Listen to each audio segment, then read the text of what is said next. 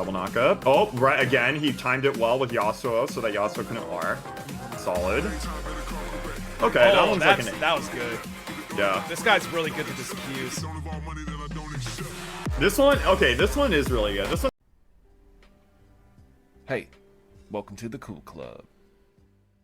Welcome all to episode 2 of the Cool Guy Corner. Today we have my friend Mr. SaberStart. Welcome into the stream, Saber. How you doing tonight, my friend? Yo, what's up, Moosey? I'm doing good. How about you? I'm just chilling. Oh, dude, I'm relaxed. I'm psyched, dude. I don't know. Have you ever seen Wolf of Wall Street? No, I haven't, dude, but I've heard good things about it. Need to watch that movie. I always refer to this part in Wolf of Wall Street where he's in the bathroom and he's talking about his deal and all the stuff is happening. He's like, "Oh, I'm jacked to tits." I am jacked. Not gonna lie, I'm a little nervous, but it's okay. A little nervous, Saber. You're natural at this stuff. You're natural at talking to the homies and being part of the Cool Guy Club. Come on. I don't know, but you know what? It's okay. It's okay. Hey, well, you know what? You're going to be a natural even a few minutes in. You're going to loosen up. Your goose is going to get loose. All the things are going to get loose up in here. And we got a bunch of people already doing so up in the chat. So chat, welcome in everybody that's here already. What's going on, everybody? Welcome again. I am the Moosey Man here to host, and we are going to be talking about streaming. We're going to be talking a little bit about how Saber started. We're going to talk about a little bit what he does, you know, his hopes and his dreams and aspirations, and just soul search everything about him. You guys are going to know absolutely everything that you wanted to know, that you could have even possibly knew. When you get out of here, you're gonna know like he's your best friend. You know what? Because he's starting to become one of mine. So, Saber, jumping into it. So this is a big question I want to ask everybody, that before we even kind of get into streaming, before we even kind of get into anything about being live and having that camera on you, were you part of the Twitch universe before you started streaming? And if so, kind of tell us a little bit about what you knew about Twitch, or kind of what your background was going into it. What kind of what was your role in the whole Twitch universe before you started to turn the stream on? So I definitely was not using Twitch before I streamed. I knew about it. I had been playing League since season 7, so you know, I've always known of Twitch, but I never used it. The reason that I started using Twitch was because I wanted to stream, and my friends were always like, "Yo, you'd be good at streaming, like you should try it." And I was like, I don't know, like it doesn't really interest me at the moment. But last year, around this time, September 2021, I started streaming, and that's when I started using Twitch. So Nice. So you kind of had a little bit of a background even going into it. You knew what it was about. Like, did you have anybody that was like kind of your favorite streamer that you would watch, or somebody that kind of gave you a little bit of an idea of how to stream or what you should be expecting going into it? Like, who are some of the people you kind of watched, and what kind of formed your, I guess, first conceptions that you had about streaming and what you wanted to do with it? Before I streamed, I would watch YouTube of League of Legends like streamers. I'd watch Tyler One. I'd watch, you know, obviously he's just really funny. I'd watch, I learned Kayn, which is the champion I play in League, through Charisma. So I used to watch him just to learn Kayn, but now I don't watch him anymore. Some other streamers, let me think. I didn't really watch any streamers even before I started streaming. I just knew of the platform, and I kind of just started winging it when I started. I mean, the only streamers I really watched like before I streamed, which was like a month in advance, just like a month or two in advance, was Auric actually, and then So besides Auric, and then one of my like close friends that I made through online through League, his name is Slash366. I don't know how many people are familiar with him, but he was kind of like my inspiration too, because he had a small tight-knit community, and I was like, yo, like I want that too. So you know, he kind of inspired me, and Slasher was actually a viewer of Org, and that's how I met him too. Oh, okay. But only besides those two, and then of course those big streamers I mentioned, which even then, like I only watched them on YouTube. I didn't even watch them on Twitch. Really? Wow. Yeah. So I was very kind of, you know, I was unfamiliar with the space, not gonna lie. And that's why when I started streaming literally a year ago in September, and I didn't know what to expect, honestly. It was very daunting, very nerve-wracking when I began. and then I remember, like in the very beginning, my setup was so jank. Like I used my phone flashlight as like a light. I used what else did I have? I didn't even have a good microphone. I used like a headset, and like it wasn't even good. And it just looks so scuffy. You can look at one of my first clips and you'll see how much it has changed, but also I still want to upgrade my setup. But regardless, like, you know, as I started streaming, a month into streaming, you know, I started getting the flow of it a bit more. I hit affiliate in 2.5 weeks after I started because I had a few friends help me out with that. And, you know, after the first month, it became I became very used to it, and I started really enjoying it. And since, you know, it's been a year now since I've streamed, and, you know, I've honestly enjoyed every second of it.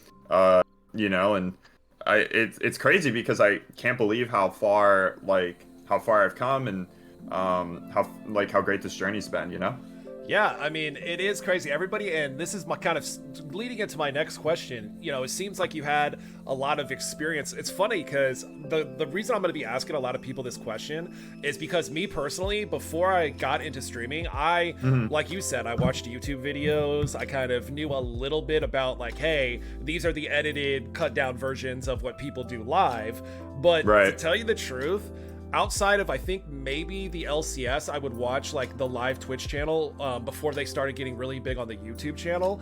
I really knew nothing about Twitch. Like I dove in completely blind, like toes in the water, completely cold turkey. And it's just so interesting to find out that there's so many people that had like more like, I guess, an advanced idea of even the concept of Twitch, or how to even interact in chat, or how to be able to do basically anything as a viewer before I even tried to do anything as a streamer. So that's super interesting that you did have such, like, you probably have more of a background than a lot of people do, and kind of having an idea almost too of like the culture of Twitch and kind of what to expect and all that. And so you did say that you've been streaming for about a year now. Yeah, it's been a year. What kind of gave you the push? Like, what kind of was like, hey, you know what? I play this game. Obviously, we'll get into what you play and what you do here in a second, if most people don't know already. But kind of, you know, what was that inciting moment where like, hey, you know what? I'm going to get, like, maybe you either had the equipment already, or maybe you were just like, hey, I'm going to go get this specifically for streaming. Kind of, what was the tip over the edge that was kind of like, hey, you know what? Let's do this. So once I hit affiliate 2.5 weeks in, and you know, I had a couple of my really good friends that I met online. You know, they were coming every time. I was it was like 5 people, I'd say. We would all, like, you know, 5 people, those same 5 people would always come in. We'd always be laughing. We'd always be like having a good time while playing like ARAMs. And, you know, I used to do, so something I don't do anymore is I don't do Discord calls typically on stream because it gets to be overwhelming while I'm playing the game. But you know, off stream I do it. But in the beginning, my first couple months, I would do Discord calls with my homies on stream. And we would just all be laughing, all be having a good time. And, you know, sometimes I forget the stream was on because I was just having so much fun. And, you know, at that point I was like, wow, this is just like a blast. Like, I see why people want to start streaming, and I see why people want to like continue to pursue this. And, you know, it's been such a great time because every single stream I'm learning something new. You know, I mean, I know that you can relate because like both of us, I mean, you've been streaming longer than I have, but you know, it's you know, meeting new people, interacting with a ton of different people with a ton of different backgrounds, a ton of unique backgrounds. And the greatest thing about it to me is being able to talk to each person individually, find out their interests, find out their hobbies, find out their backgrounds, you know, if they're comfortable, and really getting to know these people on a more personal level. And and then we all form this community. And, you know, I remember a lot of things about each different person.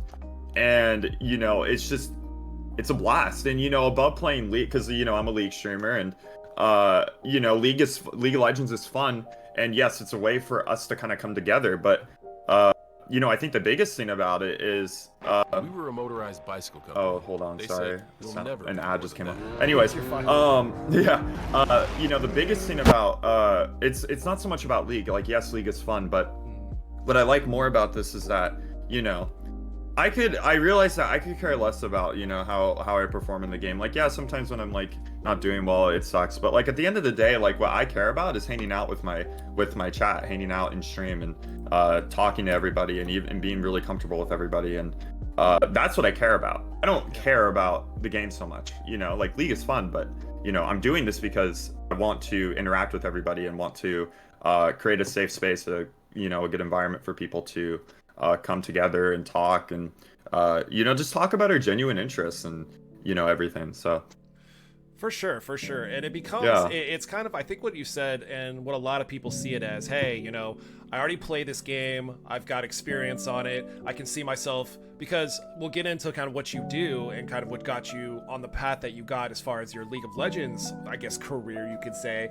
Right. But a lot of people just start with more of the gameplay, with more of, I want to play this game. We'll see if anybody tunes in. We'll see if, maybe my core group of friends that I know before, and if it gets any bigger. You never really know what to expect, and it starts evolving into, hey, it's not just about the game that I thought it was going to be centered around anymore. It's more or less about, the people that I'm getting to know, the people that are starting to become a part of my community. But leading into that, so that actually leaded a segue into a couple of questions I want to ask. But first and foremost, why Kayn? What got you? We all know that if you know Saber at all, he's a one-trick Kayn main. That he's been grinding it out. He's a diamond player, and everybody always kind of wonders what necessarily catches your eye or becomes like the niche champion or becomes the reason why you pick somebody up. And then I guess that's a two-part question, not only Kayn, but a lot of people, it's kind of almost the League of Legends community is almost split in half. It's almost a lot of people will one trick or maybe two trick, and then a lot of people will kind of just play whatever, and they get kind of like, I guess, complacent or bored, and they want to do something else. So I guess why Kayn, and then why stick with Kayn and put so much time and effort into one champion? That's a great question, Moosey. I love that you asked this. Okay, so I started playing League of Legends Season 7, so this was around 2017. And I was a top lane main. That's how I learned the game. I was actually a Teemo one trick, and I played ranked, and I ended silver 4, back when there were five different divisions. Yeah, when there was less elos, Yeah. And Iron didn't exist. I was silver 4, I ended silver 4 as a Teemo main. And in Season 8, I branched out. I was playing a bit of mid. I played a Kali, Ola Kali, and Ola Kali was so fun before the rework, in my opinion. And I played her up until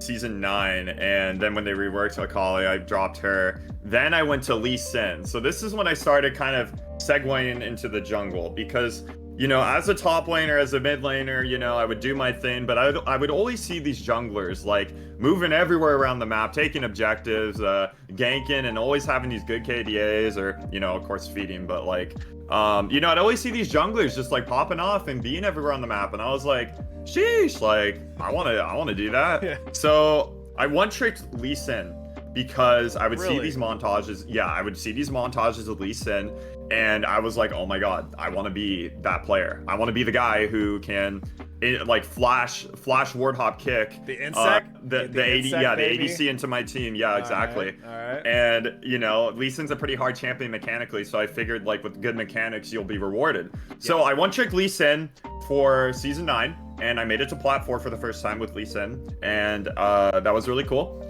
And then I actually, funny enough, I tried Kayn. And you can go to my OPGG and look at my win rate on Kayn. My Kayn win rate was 38%. I sucked at Kayn. My KDA was terrible. I was like, I'm never playing this champion again. Like, I'm not even kidding. So then I went back to Lee Sin. And then Season 10, this was the turning point. Oh, I feel like this, if this is like a story and a climax, I feel like this is when the like when you're about to do your montage, or when something like super serious happens in life where you have to overcome and it gets you all motivated. All right, so what happened? Let me know what happened. So there was one game in Season 10 where I was Lee Sin, and I went against the Kayn, and I actually popped off on Lee. But this blue Kayn was using Odyssey Kayn, which is my favorite skin, favorite Kayn skin, one of my favorite skins in the game. It's sick skin. And he went blue Kayn, and I would see this guy just like flying everywhere, literally flying everywhere, going in the walls, of course, flying everywhere, and you know, being everywhere at once, getting all the objectives, and like he was creating so much pressure. Right. And I was like, this would be a cool champion to play. He can go through walls. Like, what the fuck? Like, what other champion can go through a wall? You know, none. Literally none. No one else can go through a wall. Talon can hop a wall. Lee Sin can like go over a wall with the ward hop. You know, but like Kayn can actually go through them. So I was like, okay, that was the initial point. Like point number one. That was what attracted me to Kayn. Was literally just this the guy mobility. Can go through walls. The mobility. Yeah. And just the fact that I thought going through walls was really sick. You can defy like you can defy the physics or whatever. I don't know. Anyways, and then as I started playing Kayn, I was like, okay, well, not only can this guy go through walls, he's got a really cool scythe. His quotes are really, really cool. His lore is really cool. He has 2 different forms that he can play, so he's got 2 different play styles, which is, you know, Blue Kayn, which is the Shadow Assassin, and then there's Rost, which is the Darkened Scythe, which Blue Kayn is like the assassin, the one that one-shots, and then Rost is the bruiser type who heals a lot and can be in a fight for a really long time. And so after those 2 forms, hey, so Saber, I'm gonna stop you real quick. And dude, this is such a good response. I'm loving this answer, Mr. Saber. But hey, Mr. I'm Bennett, not done. yo, C. Bennett, thank you so much for the raid. Welcome in, guys. Welcome in, raiders. You are here for episode 2 of the Cool Guy Club. Basically, this is a new segment that I'm doing every week that we feature a new streamer. We have people talk about kind of their streams, kind of what started them on Twitch, what they like, what they don't like. We do a bunch of fun segments. We do viewer questions, and then we play some viewer games. So guys, welcome in. I'm the Moosey Man. C. Bennett is a homie. If you guys in the Cool Guy Club aren't following him already, go give him some love. Bennett, I appreciate the raid. I appreciate you, man. What's good, baby? Anyway, Saber, continue.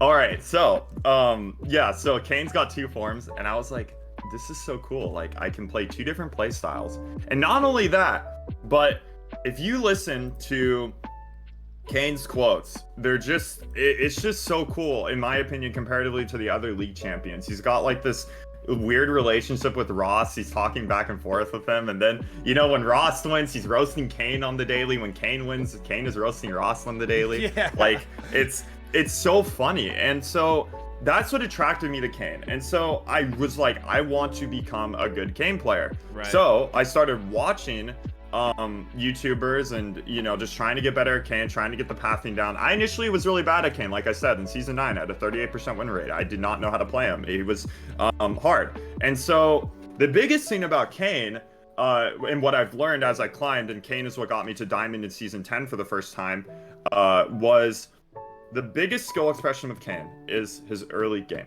So for sure. What I mean by this is Kayn is the only champion in the game without a passive early game, because his passive is his 2 forms, and then once he gets a form, that form gives him a passive. Meaning that, like, Blue Kayn, he gets Magic Pen, and Red Kayn, he heals like 30. They just nerfed it. It's like 30% of all the damage he does. What was that nerf from? Like 40 or 35 or what?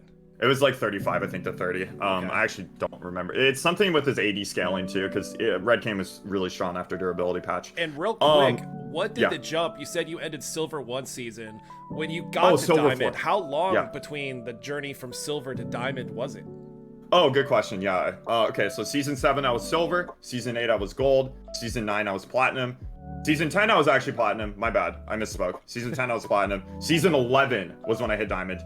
Season 12, Diamond. That's steady growth, man. That's steady growth. Really good job on that. Thank you. What I realized is, in terms of me wanting to get better, when I was playing Kayn, I was like, look, I gotta drop my ego. At the end of the day, I cannot control my teammates. If my bot lane's feeding, if my top lane's feeding, if my mid lane's feeding, I can't stop that. And so there is no point. I mean, it's hard, right? Because like the game is frustrating. It's hard not to get mad. But my biggest thing was like, it's already done. The deal's already done. I can't control these players. If they die, they die. I can't change that. Right. What I can change though is how I perform. And so Kayn is a champion where you can 1v9 if you give yourself the resources and the capabilities to. Yep. So a lot of people don't like, or how do I put this? I'm a very selfish player when it comes to ranked. I play for solely myself. So as Kayn, my early game, how I look, and this is what going back to the skill expression thing of, you know, what I think makes Kayn hard is Kayn's mechanics aren't that hard. It's pretty straightforward. His Q is just he dashes and does 2 area of effect damage, and if you Q in the wall, you can make it faster animation. His W is just a 90% slow. That's a straight line. His E, he goes through walls. His ultimate, he can go inside somebody if he damages somebody. Right. So his mechanics are pretty straightforward, right? But what makes the champion hard is, like I said, first off, his early game. He's the only champ in the game without a passive. Number 2, he is very weak early comparatively to most champions because you play the scale. Right. So early game Kayns, that's where you see what makes a good Kayn versus a bad Kayn, in my opinion, is how they play that first form. And so how I play the first form is like I'm constantly farming, I'm pretty much farming all the time. And then also I'm pathing to where I find I can make a gank happen. For example, bot lane, long lane, top lane, long lane. Those 2 lanes, I'm more likely to get a kill out of it because I can like take the long route and go through a wall, come from behind. And then also you have to look at the enemy champions too, like, oh, does the enemy champs have CC? Do they not? Like, what does your team have? Kayn is a lot of Kayn in the early game is about looking at your teammates, looking at the enemies and seeing, oh, what can I do to maximize getting my orbs and getting form? Because you don't offer much. You offer 190% slow, and that's kind of it. So, you know, just farming all the time, getting really big off farm, CS numbers, and then once you get your form, that's when you scale. So, for context, the reason I liked Kayn so much too was because of Blue Kayn specifically. Blue Kayn to me is way more fun than Red. Yes, I said it. So much more fun. I climbed with Blue Kayn like 80% of my games when I was climbing to Diamond the first time in Season 11 was Blue Kayn. Well, that's back when Blue Kayn was stronger, correct? Like, right. A little and bit also, more viable. Yeah. Well, and so how it always was like Red Kayn was always better in low elo because in low elo the games go longer, and so Red Kayn has a chance to scale. Whereas Blue Kayn is better for snowballing, better for ending games quicker. So in the higher elo you go, Blue Kayn was better. Right. And so Blue Kayn is my preferred form. I am much better at Blue Kayn than Red Kayn. Y'all, my stream knows, like everybody knows, like through my clips too, like my Blue Kayn clips are so much better. And that's because I have way more practice on it because I had way more fun doing it. So 8 times out of 10 before durability season 11, like if I could play Blue Kayn, I'd force it.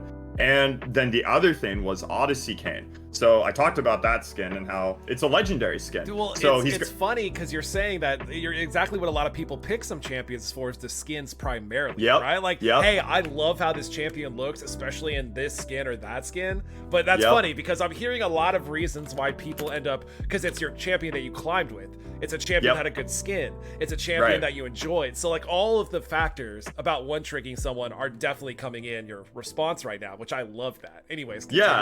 Yeah. No, I appreciate that because like Odyssey Kayn, like it's a legendary skin, and so his quotes are different, right? And oh my goodness, his quotes in Odyssey Kayn are amazing. Specifically, Blue Kayn. If you go, I encourage all of you to look up Odyssey Blue Kayn quotes. They are so good. Like I literally, when I'm making plays, like listening to Odyssey Blue Kayn, like running really fast through walls, I get chills. Like no joke. I still do to this day. Dude. You're like, fuck yeah, Kayn. Me too, bro. Yeah, I'm making plays, and I'm like, I'm literally Blue Kayn right now. So in your mind, bro, you're going Super Saiyan, like you know how when you're all young going Super Saiyan and Dragon Ball Z, dude. You Pretty are much. ascending with Kayn. You're getting stronger. You're just sitting there. I can just see Saber to himself going, just like quoting him at the same time as Kayn saying it after he gets a double kill or something.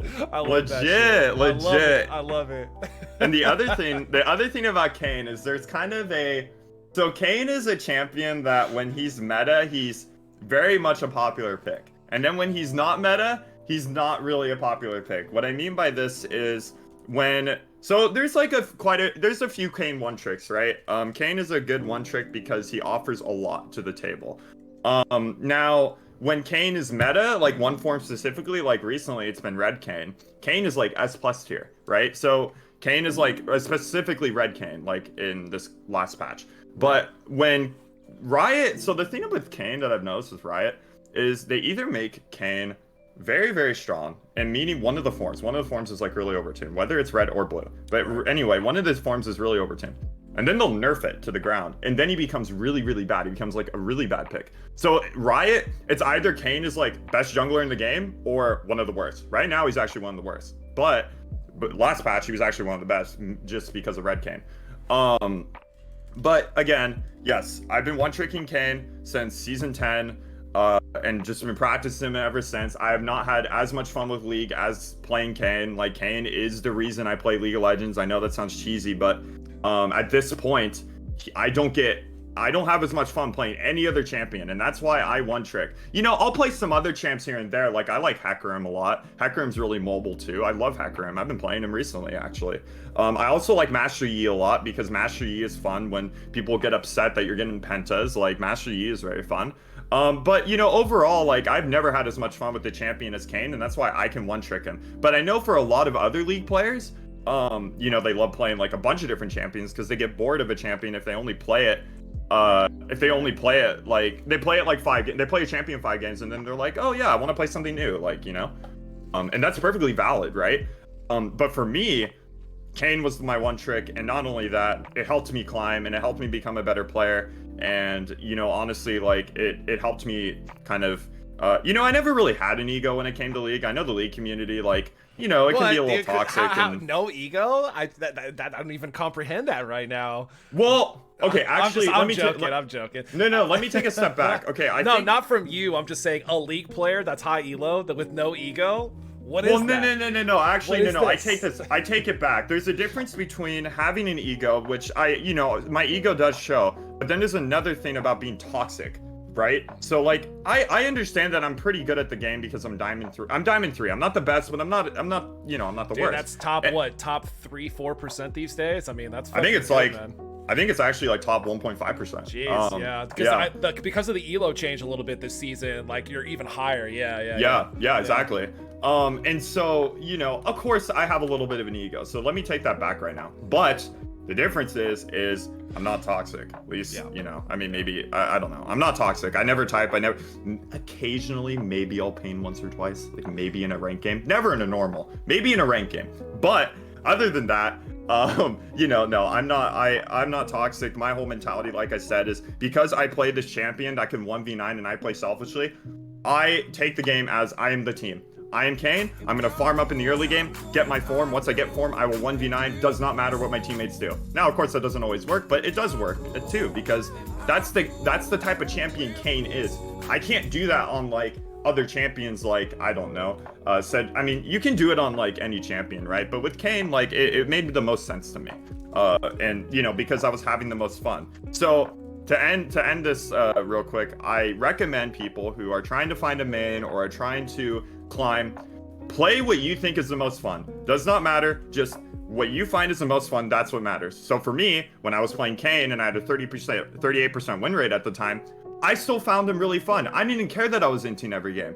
I was like, I want to get good at the champion. I'm going to practice him every game because I find him fun. I don't care how bad I'm doing every game. So that is my biggest recommendation.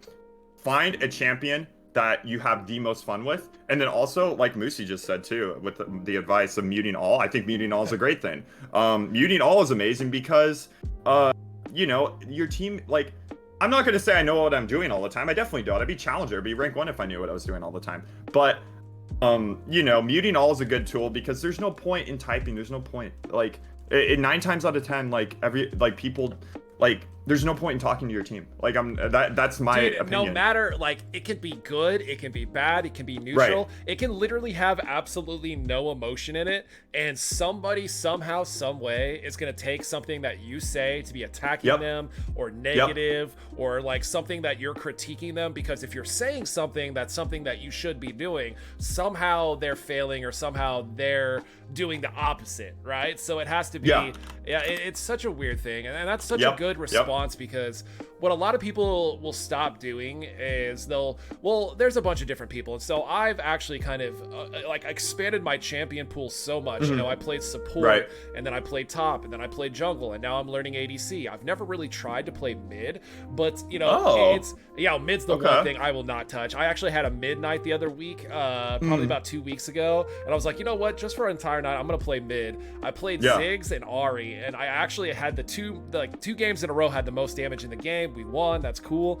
But I think a lot of people are either trying to play something that's meta and they'll change their play style, or they'll think that they have to play like a champion or something that they think is going to give them the win, or like it's not necessarily their niche, or it's not something they enjoy. And that's what a lot of people can do from one tricking, right? Like they can 100%. As long as you're having fun and you're learning, then it doesn't matter who you're playing, how many games you play at what role, what position, right? So you know, I really think 100%.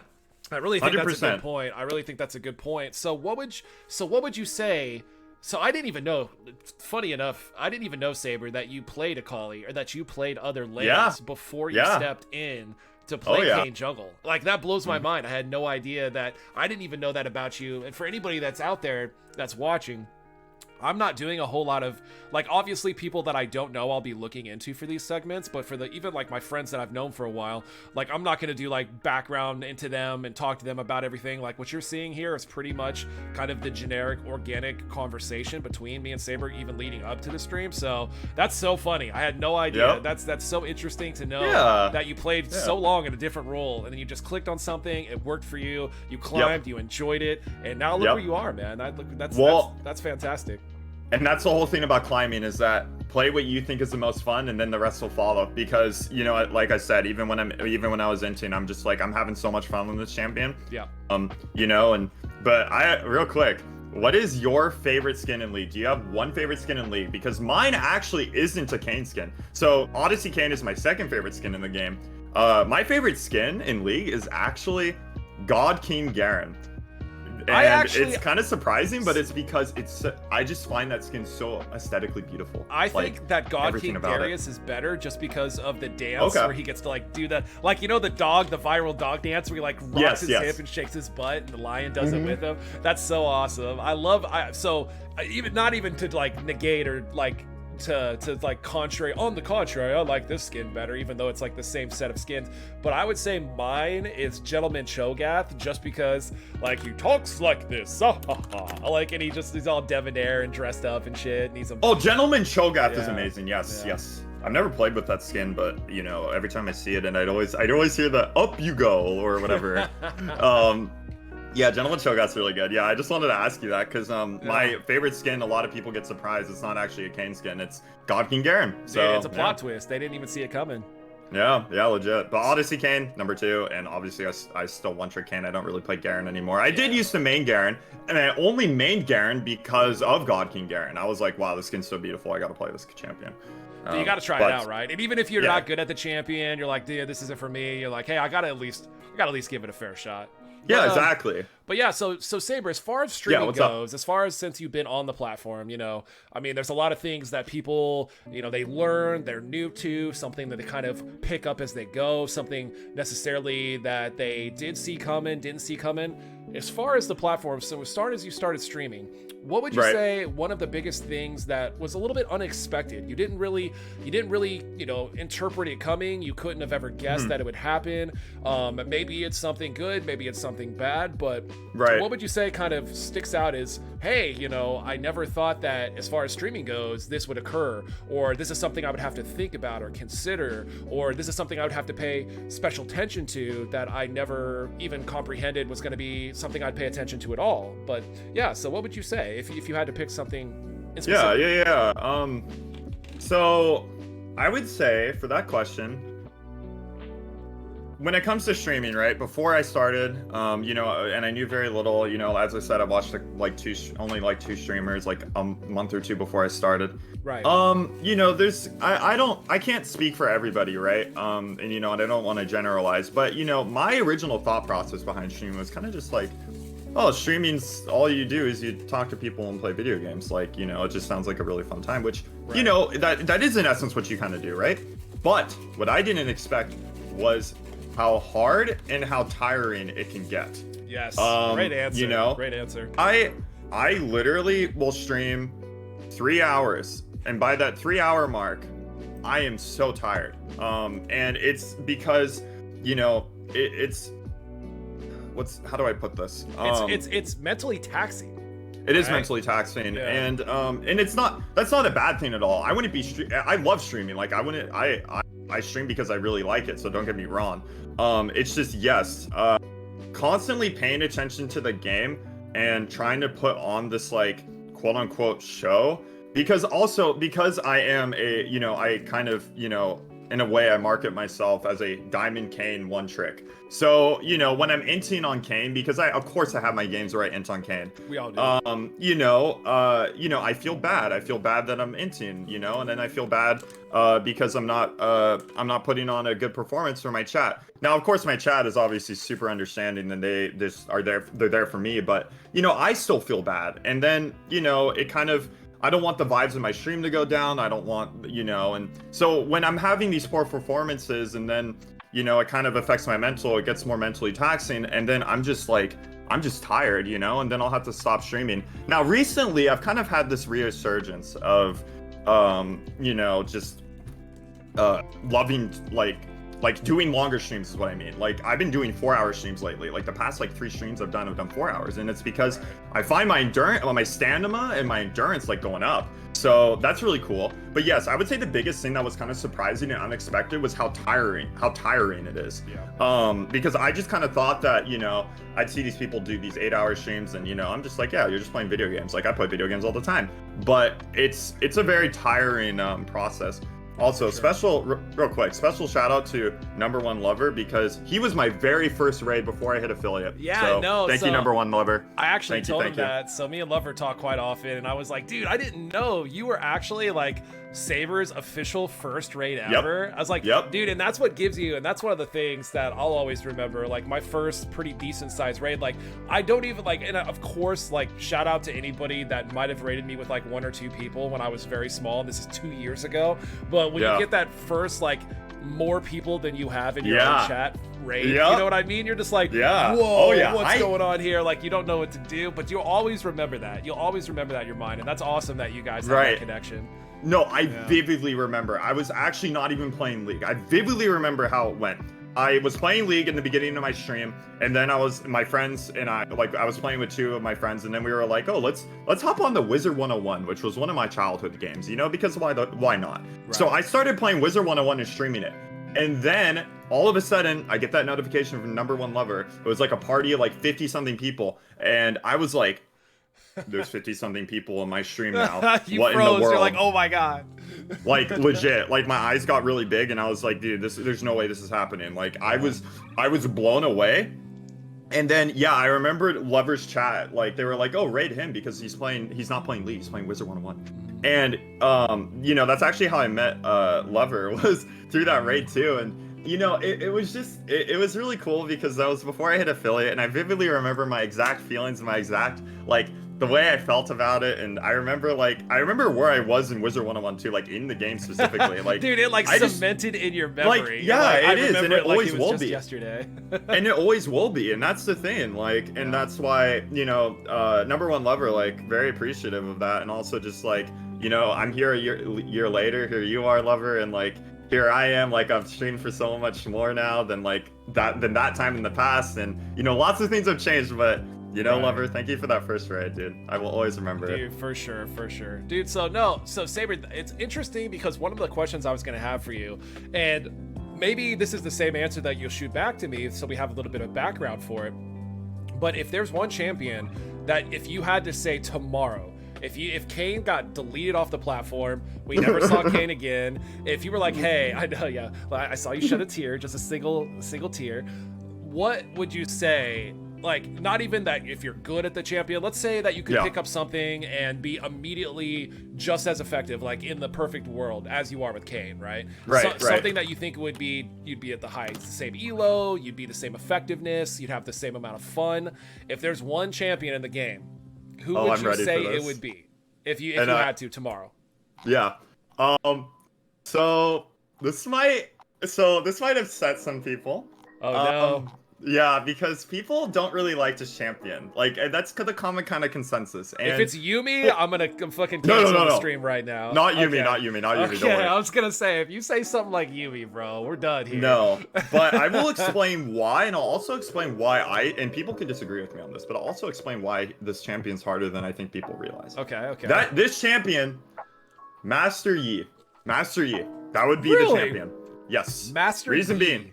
Okay, reason being. So, reason #1, he was the, I mean, okay, this is just due to nostalgic bias. He was the very first skin I ever got in League in 2016 with Chosen Master Yi. I'm a huge Star Wars fan. That's where SaberStart actually comes from, the name from Star Wars, lightsaber. So I had to have Chosen Master Yi because it's a nod to Luke Skywalker, and he's got a lightsaber. So that's, I mean, but that's just like kind of whatever. Anyways, now the reason why I would pick Master Yi is because Master Yi is a champion that I really like his lore, I really like his kit, and you have to play patiently. Now, the reason why a lot of people hate Yi is because they see these Master Yis get really fed, get these pentakills, get 2 pentakills in the game, solo Baron, and they just 1v9 super easily, and everyone's just like, oh, all this guy does is right-click and auto-attack, and everyone dies. He's so brain dead, right?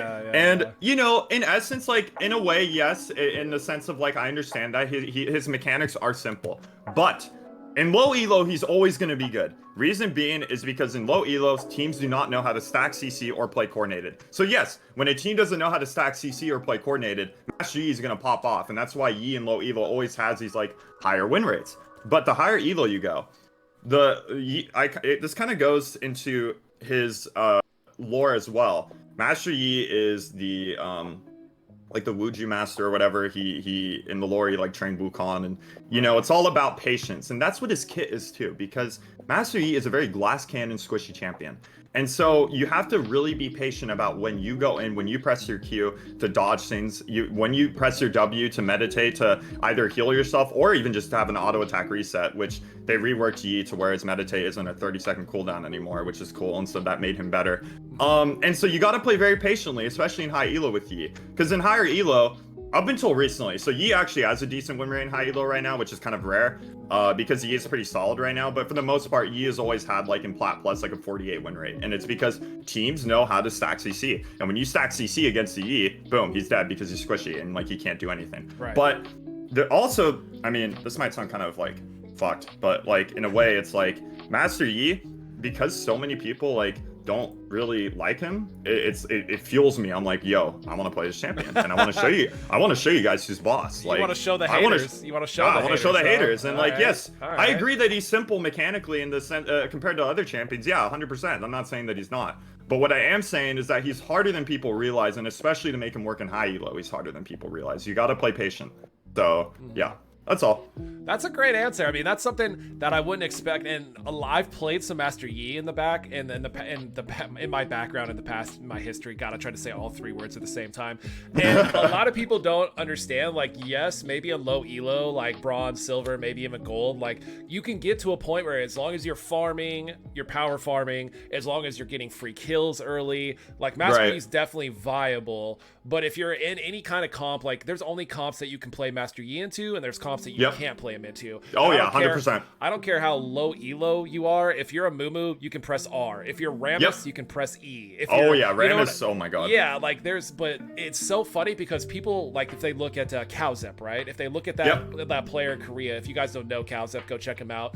The small little tiny advantages that he can get, a lot of people like they'll respect it in a high elo because they'll see how it pays off for like the perfect meditation, the meditate reset that can give you the extra auto before you die to not kill yourself, to be able to use your Q in and out of tower range, like all of those things, right? So you watch Kaozep, huh? Because like you know this shit. Yeah. So I mean, I probably played, I would say conservatively, maybe about 40-50 games of Master Yi. So, and it's funny too because, and no offense to anybody, but I'll see him in like say bronze or silver, right?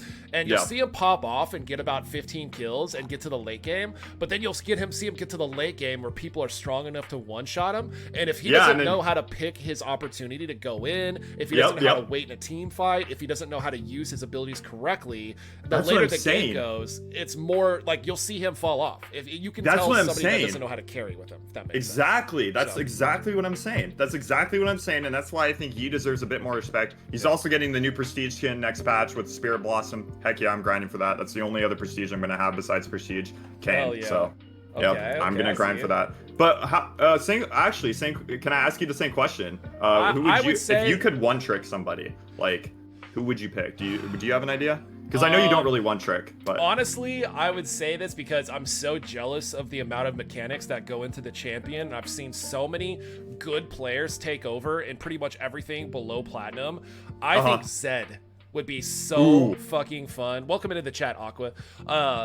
I think that would be such a fun champion because I mean, he still does a lot of damage against tanks if you get a snowball on him. He's got so much immobility. He's got so much outplay advantage. And then just like how you said when you're playing Kayn and you talk to yourself in your Kayn quotes, like every time I would make a good Zed play, I'd in my mind I'd be like, look at the plays, look at the moves.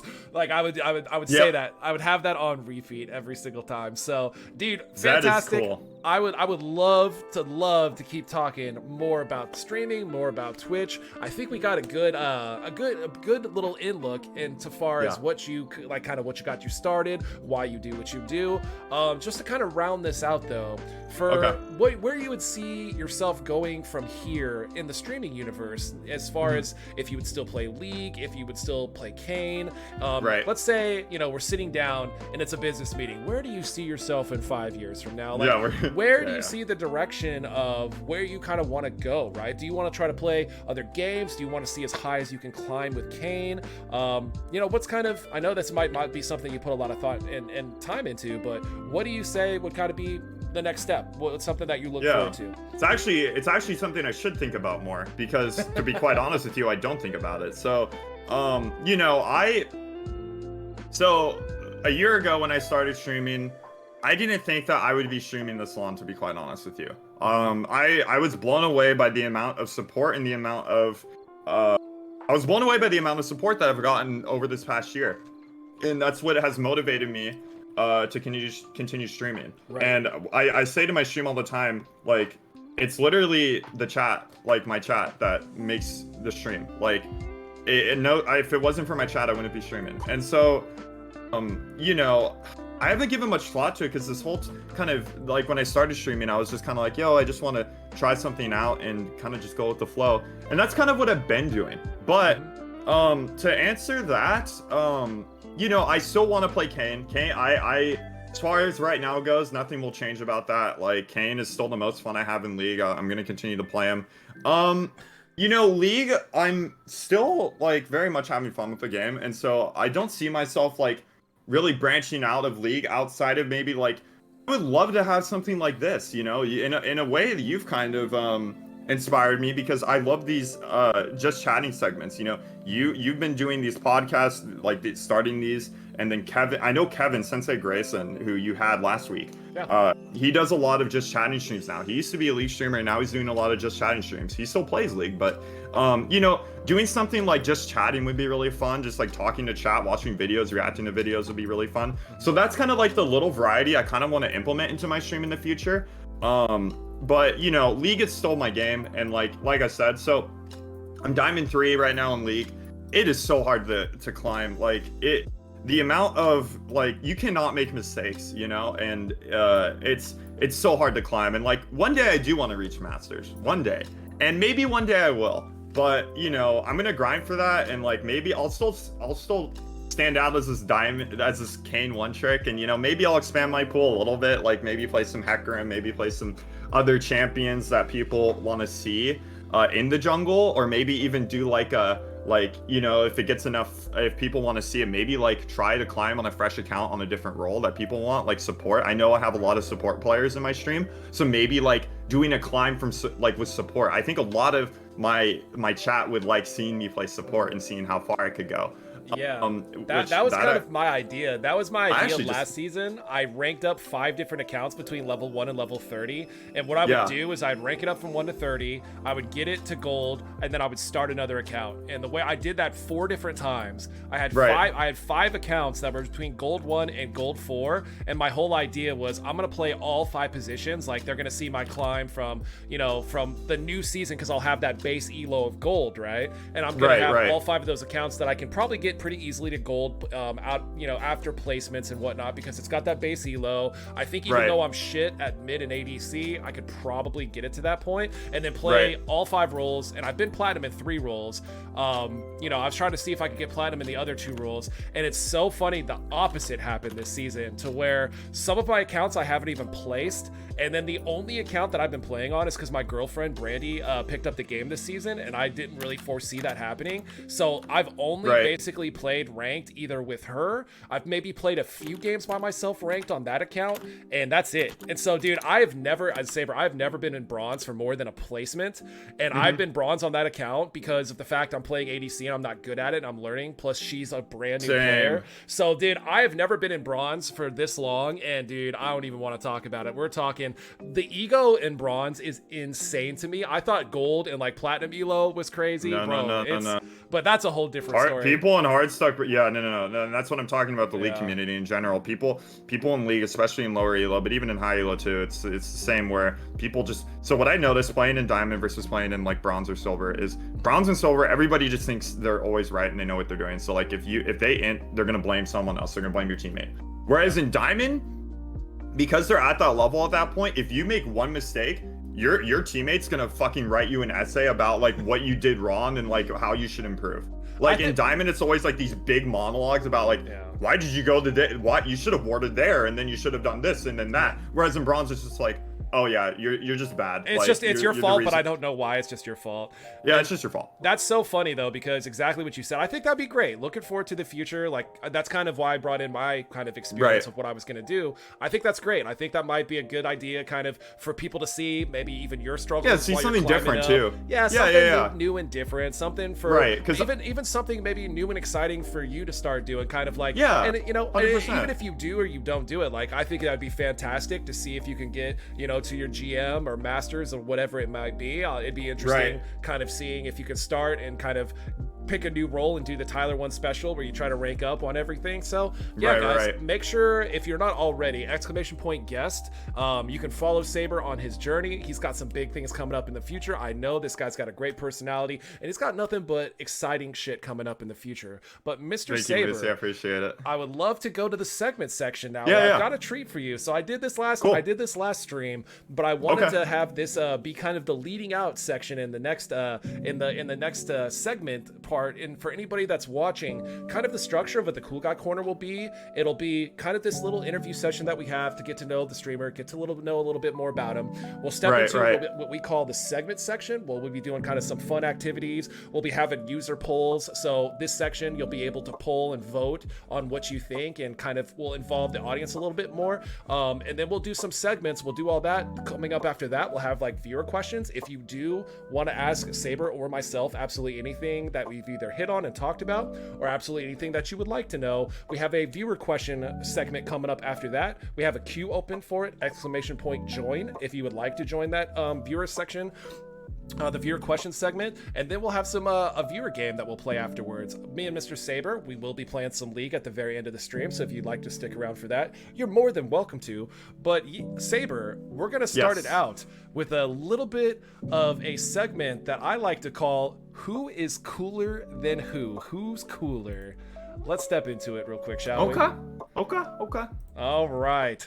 So if I have a mod check in chat, can I get a poll started? Make it 2 minutes if there's a mod in chat that can get this started. But Jaeger, we're going to have a spicy meatball coming out for the first Who's Cooler. Either Goku or Vegeta. Who is cooler, Goku or Vegeta, Saber? I got some opinions on this myself, but I want to have you start out. What do you think? What do you think? I have to admit this. I don't know. I've heard of Goku. I've not heard of the other character, and I've never seen any of this. No, you've never watched Dragon Ball Z? Fun fact for you. Dragon Ball, I don't know why, but when I was a kid, I started watching Dragon Ball Z with my brother.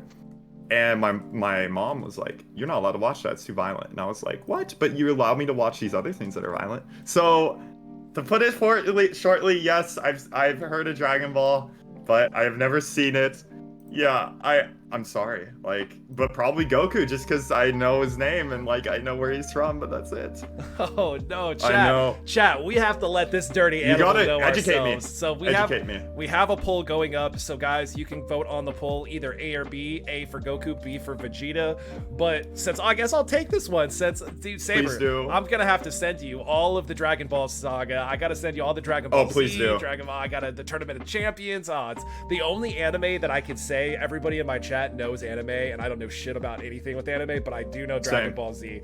And I will say, for the side of Goku, he's always like doing the right thing. He's always showing up and saving the day. He's always motivating people. He's never cutting corners. He's like the quote unquote good guy that's always you know, like sacrificing himself for the greater good. He's always making sure that, boy, I love that. You know, but and that's cool. But then we have Vegeta over here, and it would take me way too long to describe like the lore of how they know each other and how they're related. But Vegeta's kind of like more of like the outsider, the badass, the guy that always is kind of like got a little bit of an edge to him. He's doing some kind of like at the very beginning of the series, he was like a bad guy, and he was part of like the main bad guy squad. But then he reformed and became a good guy. And then like, so his arc, his character arc has just, it's like probably one of the best like villain to hero to like probably most like champions, where he becomes even the person that sacrifices himself. Spoilers to anybody that hasn't seen all of Dragon Ball.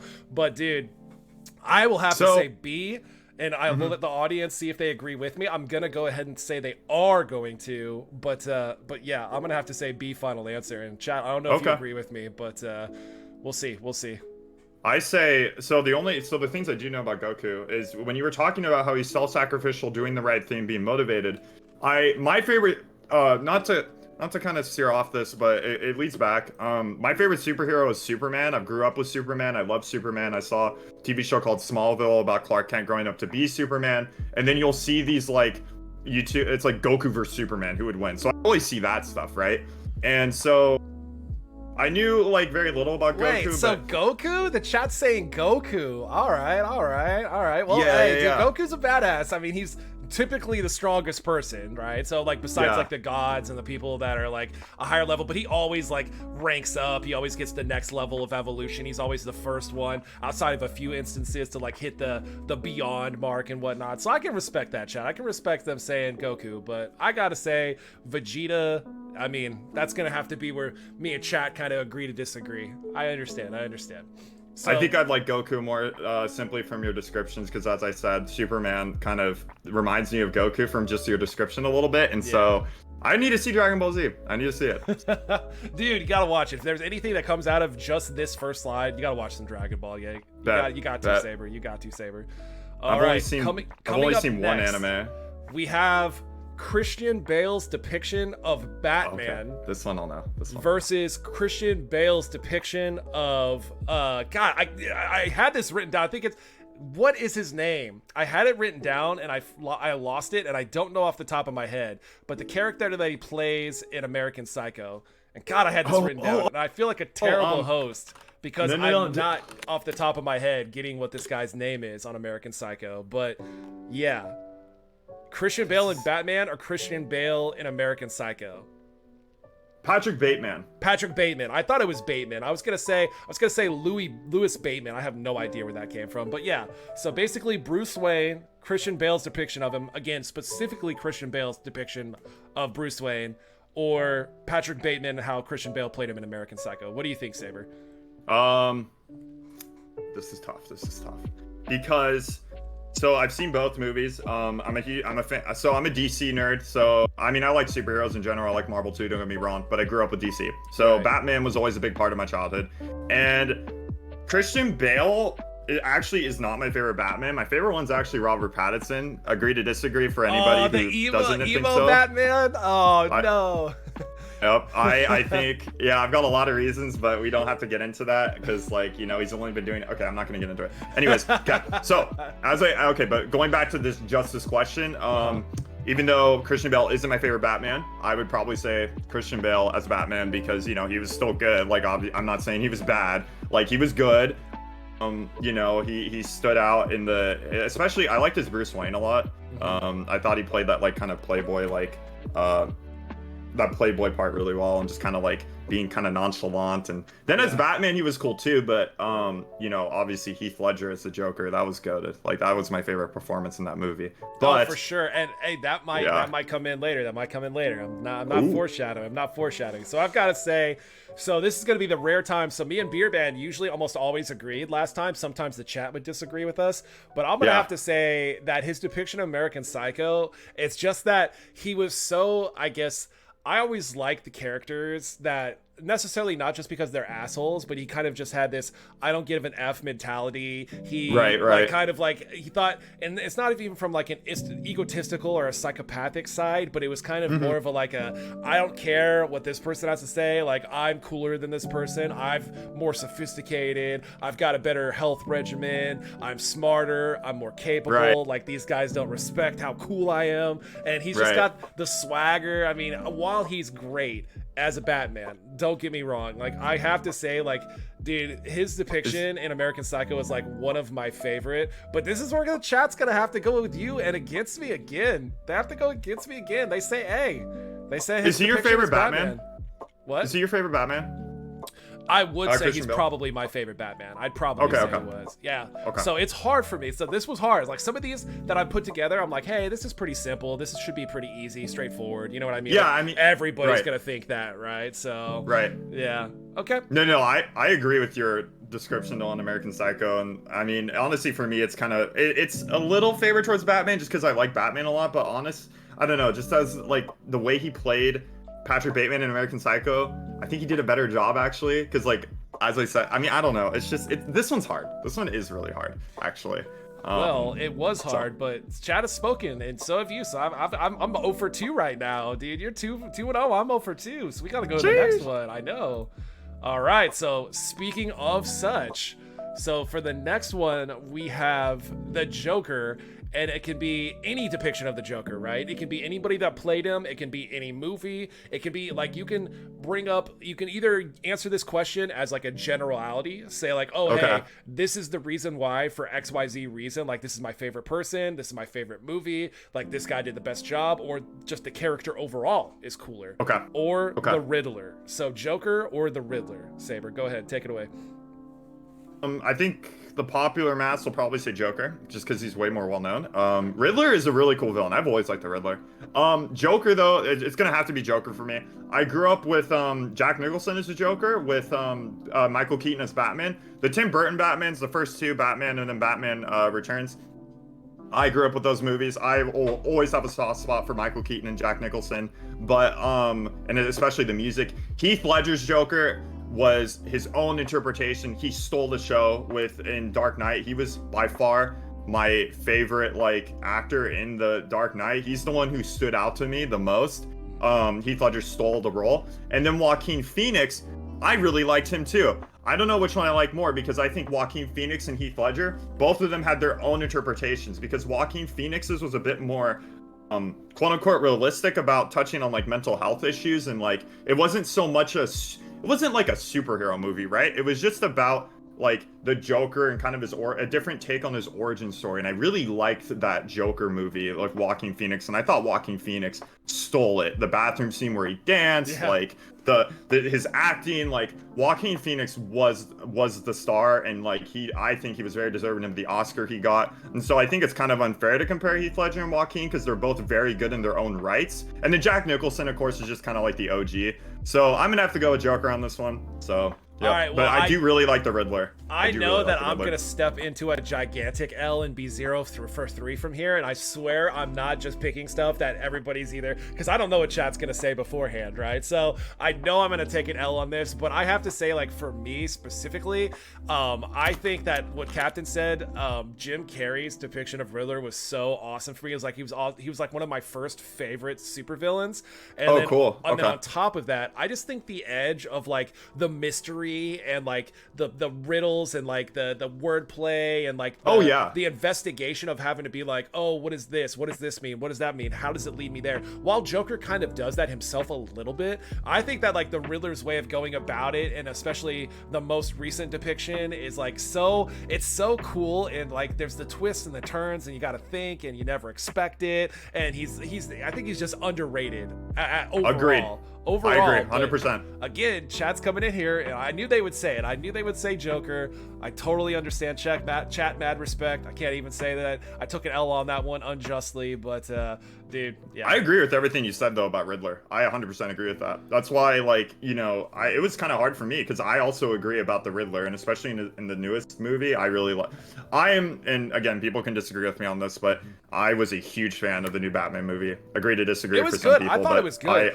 I loved it. But it's so hard to follow up from like the Dark Knight series, right? Oh, like, 100%. Dude, like, how do you even follow iconic. that up, right? Like, it's just iconic, yeah. Yeah, when you're following up the main act, how do you not expect to have some level of haters that jump? Oh, for sure. I mean? And I already said Robert Pattinson's our favorite Batman, and I'm sure a ton of like I've gotten a lot of like, you know, I either with the Batman argument, it's always like, you know, I get people who agree with me because like, you know, it talks about his origin, like Batman's only been doing it for 2 years, and it's kind of a different take. And you know, as like maybe we see Robert Pattinson's Batman grow, he'll go from like the emo Bruce Wayne to kind of like the hero that we know.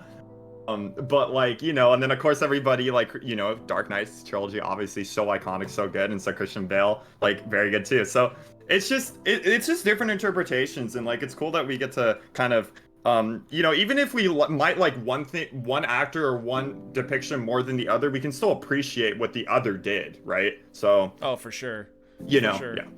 So okay, so then the next one is gonna be Homer Simpson versus Peter Griffin. I have my answer, 100%. I'm gonna let you take it away on the first one again. I'd love to get your opinions first on this. Homer Simpson. Homer Simpson, 100%. If anybody disagrees with me, it's okay, but 100% Homer Simpson. I will die on this grave that I grew up with the original Simpsons, seasons 1 to 12. I thought the humor was super clever about just this ordinary family who deals with these like normal problems. Homer, what it's like to like the problems about being a father, what it's like being a father. He goes through a lot of these like character growth. Marge, you know, being the stay-at-home mom, having to deal with like you know, her problems and her what she has to deal with on the daily, raising kids, and just kind of like what it's like to be in an average ordinary family. And you know, they make it comical. They have a lot of clever jokes. The Simpsons spawned so many other shows.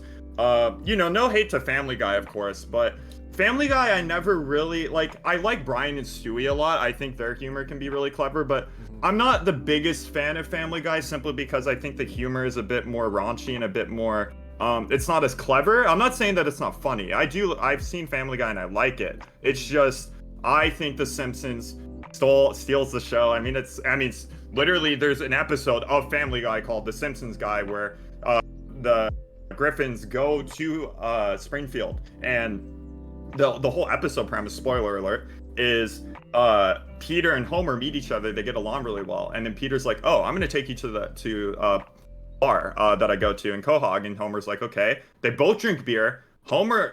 Peter's like, I want you to taste Pawtucket Ale because it's the best beer here. And then Homer's like, "Yo, this tastes just like Duff." And then Peter's like, well, I'd like to think it's a different interpretation of it. It might have been inspired, but it's a different interpretation. And then Homer's like, "No, this is exactly Duff." And then he rips off the sticker and it's Duff. So it's Seth MacFarlane like playing on the words of like, you know, he was heavily inspired by The Simpsons. Right. And he knows it. And so he pays his respects. And like, you know, I appreciate Family Guy, but to end it, yeah, Homer Simpson for me, 100%. Dude, and this is gonna be one of the times like I can't even expound on that. I have the same viewpoint. Like, he's original. He's pretty much where like American Dad and Peter and all of these major characters kind of got their inspiration from, for being like the zany, goofy, like the focal point of everything, you know what I mean? And so adaptive, so just a character that is limitless. And yeah, I can't even expound on that anymore. It looked like Chad agrees. Hey, I finally got one where I'm on board with the majority. I'm so proud of myself right now. Let's go. Simpson. Let's go. Homer Simpson takes the lead and takes it home. So, stuff, dude, Chad. Saber, you're 4 for 4 right now, dude. You and Chad are. I don't know, man. Maybe it's because you're pushing Chad in the right direction. Maybe they got that Saber fucking influence, man. I'm not sure. Yeah, but yeah, I'm glad. Thank you, chat, for agreeing with this one. This one actually was the biggest one. I was like, please pick Homer. All right. I grew up with The Simpsons. I love it. I got you. All right, so I think this is the last one. Okay. And this is a tough one as well. And I had a lot of good ones on the first one with Beer Man, and this is one that I cannot believe I didn't touch on either one of these characters. So we have the one, Mr. Keanu Reeves, Mr. Neo in the Matrix himself, versus Mr. Winkler, one of the main cool guys of history, Arthur Fonzarelli. What do you think, Saber? What do you think? Hold on. I need to think. So I'm gonna take this. You should start. You should start. Okay, so while Keanu Reeves is like America's sweetheart, such a down-to-earth, cool dude in every way, shape, and form, like every way that you could say, like he's a badass, and like we were talking about Goku a little bit, how sometimes like doing the right thing and being such a good person and all that is like way more badass and way more cool than like the opposite side of like being a Vegeta or being like a self-proclaimed badass where you're always on the edge or you're always kind of, the one that nobody knows about. So outside of just Keanu Reeves acting as Neo being kind of like the center of like humanity's last hope, being the one that everybody thinks about, being the one that everybody wants to be, being the one that everybody like that is still alive in humanity is rallying around. I mean, pretty sure he's like the icon of that time frame within the movie. Stacked up, I mean, this is hard because the more I talk about it, then we're also against like the Fonz, like in the 1970s and 80s, and like I don't know, when did Happy Days there? Probably the 80s and 90s, right? I don't know why I said the 70s, but dude, he was the icon of TV, right? If you wore a leather jacket and slicked your hair back, you were trying to be like the Fonz. Like the Fonz was like the epitome of like the greaser look, or like the cool guy look, or like the like not even like high school, I guess, but like the badass, like even like even from everywhere from middle schoolers to adults wanted to be as cool as the Fonz. So wow, this is so hard. I have to say, just because of being like such a revolutionary cool guy, as cool as Neo is, I have to go the Fonz. I have to go B. What do you think? I think I agree with you. I can't really. You kind of touched on everything. Yeah, I think there's just a lot more. What's the word? He really he was like an inspiration, right? And yeah, I don't think I can really add much because like I'm not too like. I know these two people, like I've seen The Matrix, but it was a long time ago. I'm not too familiar with this one as towards like the other ones that we've had. So, everything you said, like I would say B as well, like honestly. All right, let's see what chat said. Wow, 100% for Neo. We're both wrong. 100%. Not even anybody saying on the contrary. I'm just taking L's left and right, dude. Saber. I took one L. You know what? I might be the leader of the Cool Guy Club, but apparently the Cool Guy Club has some different ideas on what's cool. I don't know. Maybe I need to change my whole cool persona. Maybe everything I thought about coolness is not real. I mean, I don't know. Or maybe it might be too because like chat might be a little like not boomer as fuck like I am at 34, and maybe the Fonzie wasn't something that they ever even have seen before. You know what I'm saying? Right. It might be a generational thing. Might be. But Neo, option A. Okay. We took an L. I think that's the last one on this segment, Mr. Saber. Oh no. Speaking of generational, so I did have to throw one of the newer ones in. Both of these characters are probably the newest out of all cool guys, and it's probably inspired by the fact that my girlfriend Brandy always leaves either Adventure Time or the regular show on for our dogs when we go out. When we go out, like if we go anywhere, like she'll always turn the TV on while they're in their kennels, so they have something to watch, quote unquote, watch. Right. That keeps them company. Make sure like the house has got some kind of music going on in it whatsoever. But yeah, so we have Jake the dog versus Rigby. Jake versus Rigby. Now I don't know if you watch cartoons because we're adults and we're sophisticated gentlemen out here, Saber. But sophisticated. What do you think? Liking SpongeBob. Jake okay. the dog or Rigby? Okay, I would say Jake the dog. I mean, I haven't. Okay, I've seen these shows. I haven't seen both of them in their entireties at all, but I know both shows and I've seen episodes of both shows. I really do need to watch Adventure Time though. I've heard really good things. It's good. But I guess Jake the dog, just because I'm more familiar with the character. This is another one where it's kind of like a little more gray area for me, so I don't have too much to say. Jake the dog is funny, iconic, and Adventure Time's an iconic show, regular show too. But I would say that. Sorry, I don't have more to say because like I'm just not too familiar. Now SpongeBob, if the SpongeBob was on this, oh my goodness, I would. Well, I mean, that would even be a competition, right? Like who's gonna go against SpongeBob? Let's exactly. That show's honest. Iconic. Seasons 1 to 3, the human. Okay, yeah. Like SpongeBob's not even on it. Sorry. Jaeger's not Jaeger. I called you Jaeger. Saber. Do you guys have such similar names? And plus, I'm gonna have Jaeger on one of the cool guy corners. So if I've said Jaeger before, I think I've said it once before. You did, but it's deeply apologize because you're good. I have like ideas for what I'm gonna do when he's on too this month as well. So my bad about that, Saber. No, you're fine, dude. I'll tell you what. You're so excited about SpongeBob that Saber's about to like get off this cool guy. Oh, dude, I'm about to go watch some SpongeBob tonight. Yeah, like. It's getting hot in here talking about SpongeBob. But I would have to say, dude, I'd have to go against you and say Rigby because I've seen, because of the fact that this is always on when our dogs, like, so when I come in and I'm seeing the show and I'll sit down, I'll watch a little bit of it. Like the dynamic that Rigby has in that show compared to like Jake's kind of more like funnier, happy-go-lucky, like kind of zany. Rigby is kind of like he does and says like the most like, you know, those, oh, Rigby looks like, before I'm even done with my explanation, let's go, I finally took a dub. Woo! That Rigby kind of like says more like adult stuff, if that makes sense. Like he's got a better sense of humor. Like he always kind of has like an edgy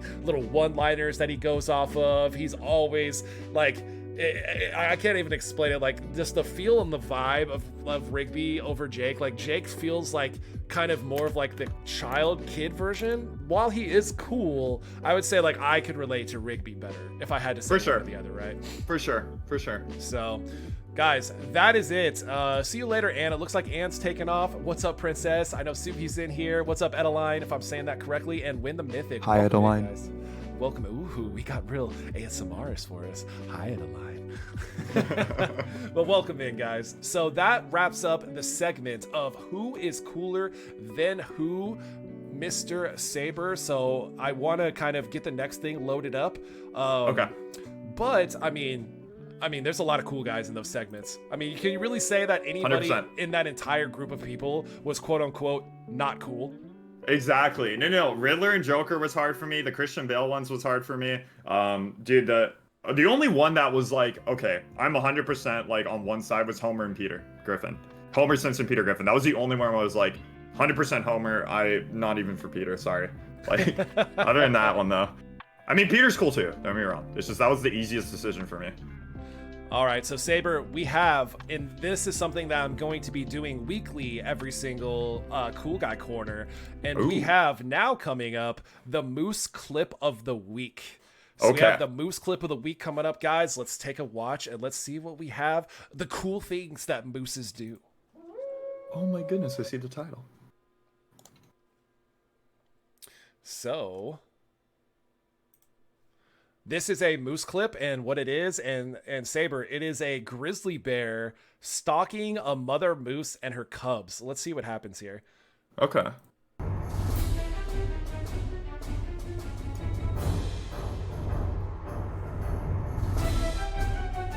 And dude, unless you've seen clips of moose, they're massive, Saber. They're massive. Right. Like, dude, that bear sees that mother moose coming, and this isn't like a cub. This isn't a small bear. This is a grizzly.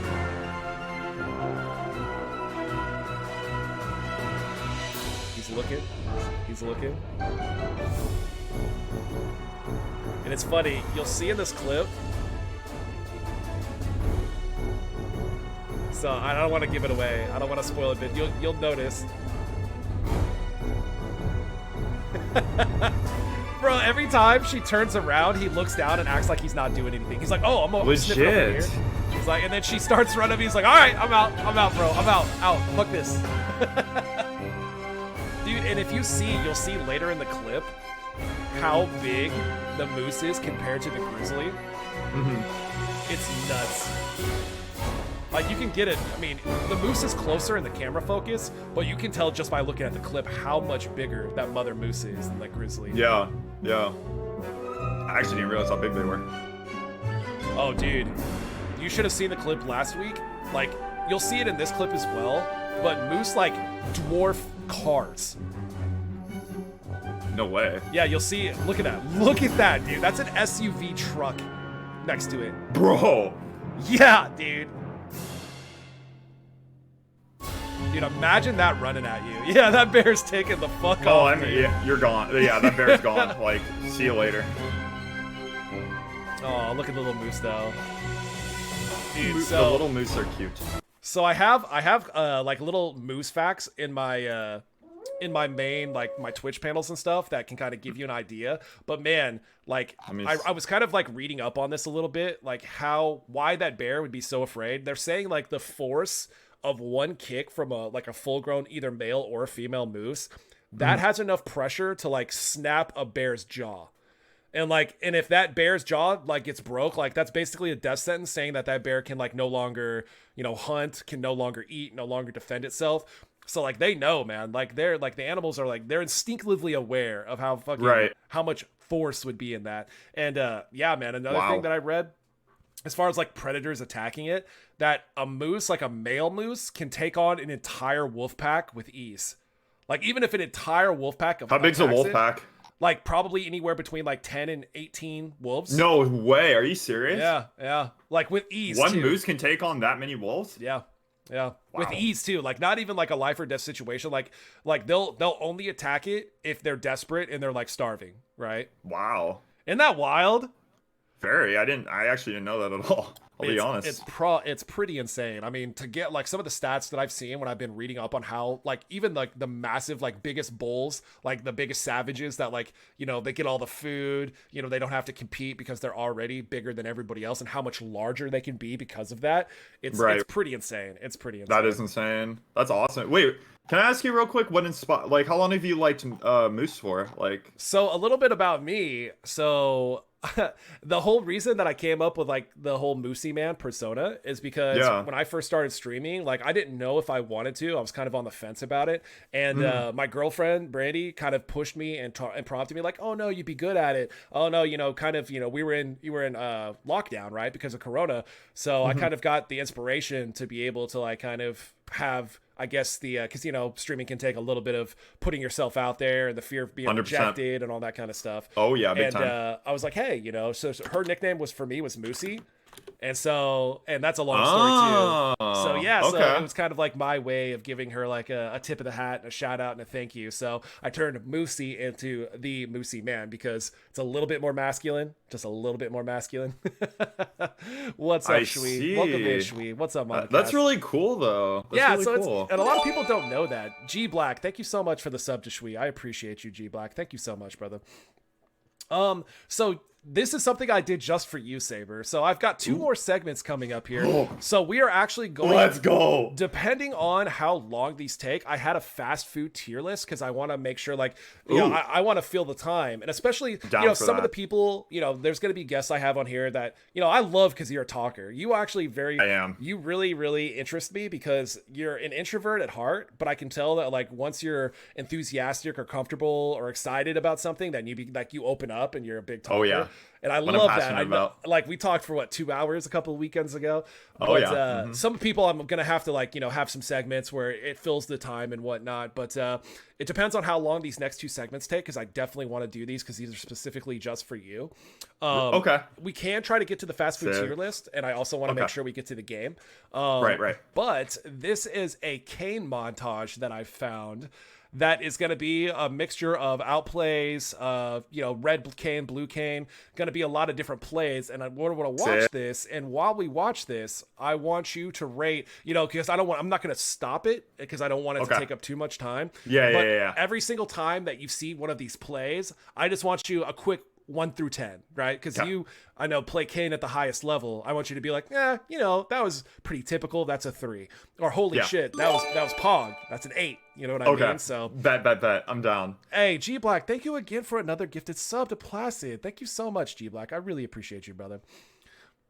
All right, we got the Kayn montage, guys. Sounds good.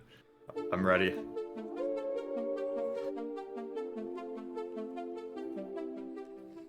Real quick, how old is this montage, do you know? 2021. So this was Okay, last okay. year. Oh, okay. So this is supposed to be like the best of 2021. Gotcha. A sense of threat that I can't forget. Okay, using the ulti for more health. Okay.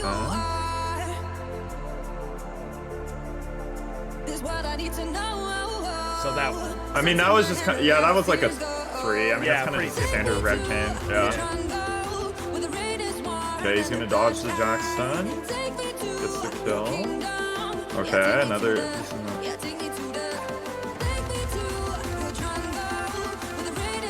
Okay.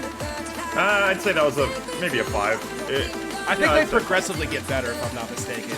Yeah, no, for sure. He doesn't use quick pass the first. Oh, dude, Vigar's just taking all the L's right now. Truly. Oh, he went Conquer Blue.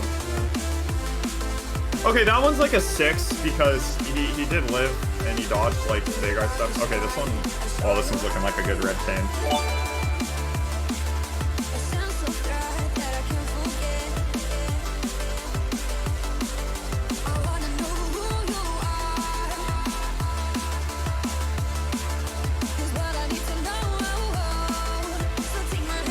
I'd say that's a 7. 7. Yeah, I'd say that's 7. Blue Kayn, obviously Blue Kayn. Let's go. Oh, I thought he was gonna pop off harder than that. That was like a 2. Yeah, that was kind of whatever. That was just Oh, a the one shot. Moby's Gore Drinker when Gore Drinker's still meta. Yeah, that was also like a 2.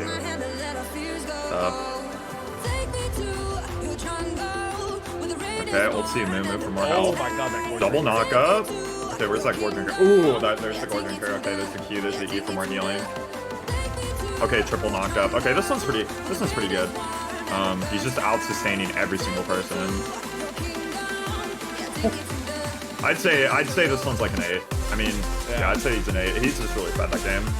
Yeah, you always have to take into consideration how fed they are when they're making these plays. Right. Okay, that was okay, that was good. He dodged the Kiana. Okay, that was solid. Honestly, I give that one an 8. He actually had really quick response time to that Kiana. Ooh, base 1 Kayn. Let's see this. Okay. Fly walks into the Zaya. Okay, he flashes the turret. Okay.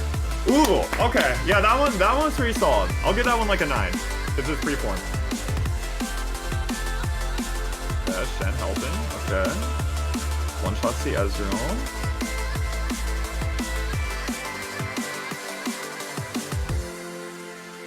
Okay, kiting the Blitzcrank.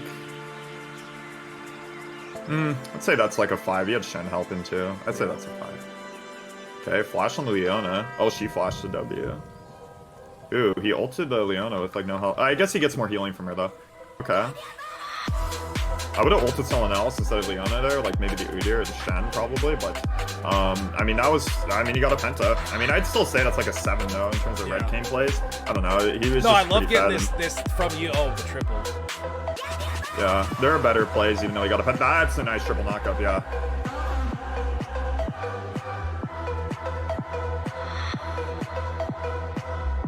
Okay. This one's like a 9.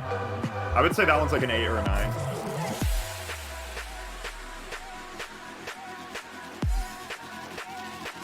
Okay, he eased just for the movement speed. That's fair, because I do that too. Oh, he went Duskblade Red. Okay. Duskblade Red? Do you think it's in that situation? I think Duskblade's a shit to go red or what? Yeah. I can't see the rest of his team, but I think Duskblade's such a troll item on Kayn. People know this from my stream. Like, just don't build Duskblade, please. Go probably Power Eclipse on blue, and then red can go Gore. Yeah. Or even Eclipse, but just don't go Duskblade, please. Anyways, okay, this one. Yeah, that one was. That one's kind of whatever, 4, I'd say.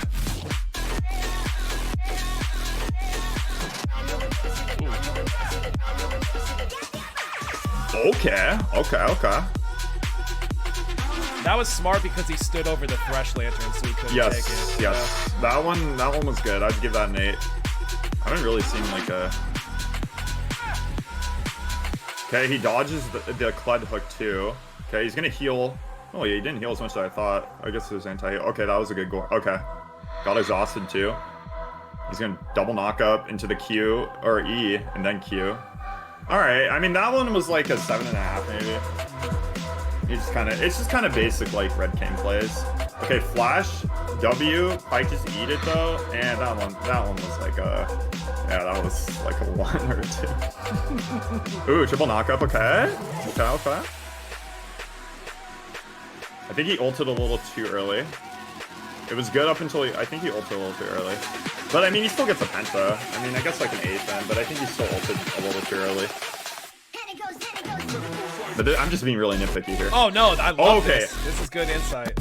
He should not have ulted that Anivia egg. He should have saved it, but it doesn't matter. Like, I mean, that was really solid. Well, that's like an 8. Okay, you got stunned. Okay. See, okay, that was bad. So this play I'm not going to give that high. For one, he has Elder. Number 2, he ulted, but he ulted a target that died, and so he couldn't get the heal off. So he ulted a target that was too low. Gotcha. I'll give that like a 3. It's really important, especially on Red Kayn, to get that heal from your ulti and not let the enemy die before you get your ult off. Moose team! That was just a nice quick pick. I mean, nothing too out of the ordinary. Okay, that was good. That Kiana ult really saved him though. He went Dark Harvest Red. Okay. Yeah, no, that was solid. Yeah, I give that like an 8. Okay, 1 shot. Pretty ordinary. Okay, he flashes out of turret range.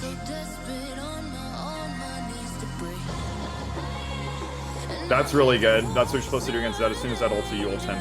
He can't do the damage from his ulti. Yeah, that was good. I'll give that a 9. Ooh, Tristana blocked it, or interrupted his Q with her R, but it didn't matter because he just ulted it. Wow. Alright, that one was like a 9. I mean, just because he lived. Like, that was kind of insane. Okay, he just one-shots Echo. So I'm getting rid of that little standard notification. Sorry. No, you're good.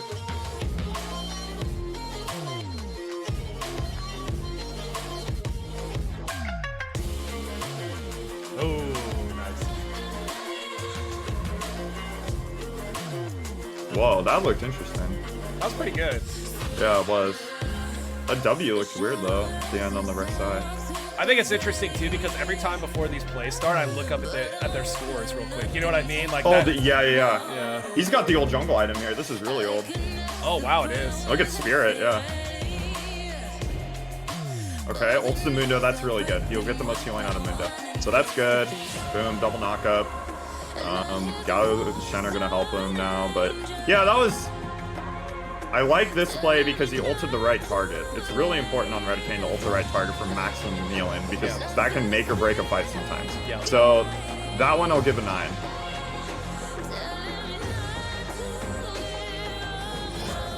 Okay, Renekton's a good target to ulti. Nice, to kill Renekton before he gets his power shut off. Double knockup, nice. Do the heal, yep. Oh, he didn't finish it though. Oh yeah, that one's like a 6, I guess. Because he did get the 2, but... Okay, knocked up Yasuo while he knocked up, so Yasuo couldn't R, that was pretty good. Double kill. Okay, this one's pretty solid. He interrupted the Yasuo, so... Oh, he only got a double there. Ooh. Okay. He's trying to go for Jhin, immediately ults the Warwick. Dude, Warwick just walked him into his team. I know, that's what I saw. Like, that was... I don't know, I mean, that was kind of... I don't know. That was like a 5, I guess. I don't know. That one was kind of whatever. Okay.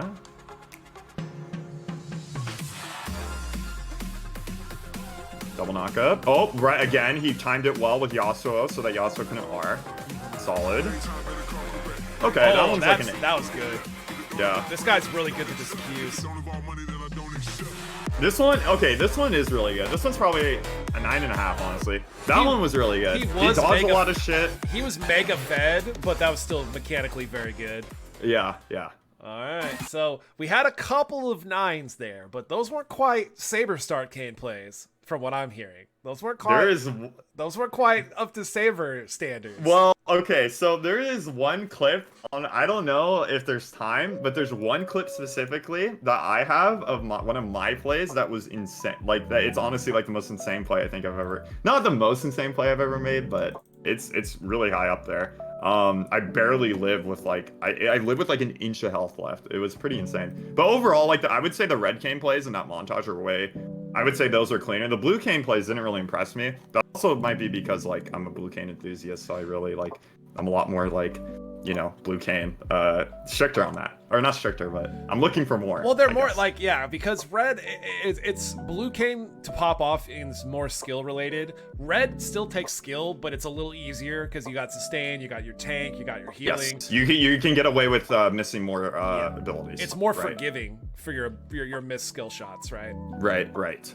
Well, moving on to the next segment. Okay. This is exactly what we were just talking about. The difference between a red Kayn or blue Kayn. And this segment, I like to call red or blue Kayn. So what I'm going to do this will be fun. Is I'm going to stack up a 5-man roster. And you're going to look at the roster. Wait, this is fun. Can I have a mod in chat to start a poll and then just have the poll title be red or blue? And then just have the options be A and B, obviously. But yeah, so you're going to be looking and the audience can go ahead and vote with you and show their expertise and their Kayn knowledge. So I think I've got about 6 or 7 of these team comps, and I tried, and I didn't have a lot of time to like research into it and be like, I'm going to download and make pictures of all 160 champions. No, this is cool though. Look up all of his counters, look up all of this and all that. So for these game states, let's say all things equal, like let's say you don't particularly have a snowball. I mean, I guess in your explanation that might be useful but just for kind of like the rule of thumb, so it doesn't get too complicated. We'll keep it that way. Just say that your stacks either way are pretty much equal, that you got the adequate amount of stacks to go either red or blue at the same amount of time. You have the same amount of kills, the same amount of farm, the same amount of gold. So purely on team champions. Like not even taking ELO in effect either. Yeah, not like, ELO, even like not with nothing. ELO that. Okay. Yeah, so just say on the typical regular team comp, what would you go into these, red or blue, for Gnar, Amumu, Syndra, Draven, and Nautilus? I would go red in this comp if assuming just looking at comp. Reason being, Gnar in Mega form is tanky. He builds kind of more Gnar builds health. He kind of builds a little tankier, so red Kayn is better into that than blue because blue can't one shot. Amumu's a tank, so red is good into Amumu. Red can knock up Amumu, or red Kayn can ult Amumu's ult and gain a lot of health back. And then the Nautilus as well builds tanky, so red is good into that. If you go blue Kayn here, you can one-shot the Draven Syndra, sure. But even then with blue Kayn, you can one-shot Draven. But Syndra is going to build Zonias later. So even then, like, it's going to be hard to one-shot her. And then you can't one-shot Gnar, Amumu, Nautilus. Maybe Gnar, but even then, it's questionable. So I go red here. So when you are thinking, just as a rule of thumb, so we know your thought process kind of moving forward, for most of these comps, if you say like either they're squishy and they're gonna build Zonias, or they're ranged, so it's better to go like if they're like, you know, I try to throw some tankier range people in there so you can be like, I'd go red because he's a tank and it like Gnar's ultimate form, but blue because you have the squishy of Gnar's smaller form and Syndra and Draven that you can one shot. Obviously in this situation, I was like, hey, if you throw in a Mumu in there or you throw a Nautilus in there, that's gonna be super hard, right? Because Nautilus can just CC you, use R, Amumu can press R, you're fucked, right? So yeah, so he is saying, so you said red form on this team comp, correct? Yes. Hey, LM, dude, thank you so much for the 5 gifted, brother. They go to Melodic Cat, Miku Emmy, what's up? Lip Injections, Big Money Italy, and Lord Dank Lord. Let's go, dude. I appreciate you. LM, can I get a shout out to LM, please? Either Maddie or Richard, whoever is in the mod check. I appreciate you. I appreciate you so much, my friend. And the chat also said, hey, okay, chat, you are 1 for 1 so far.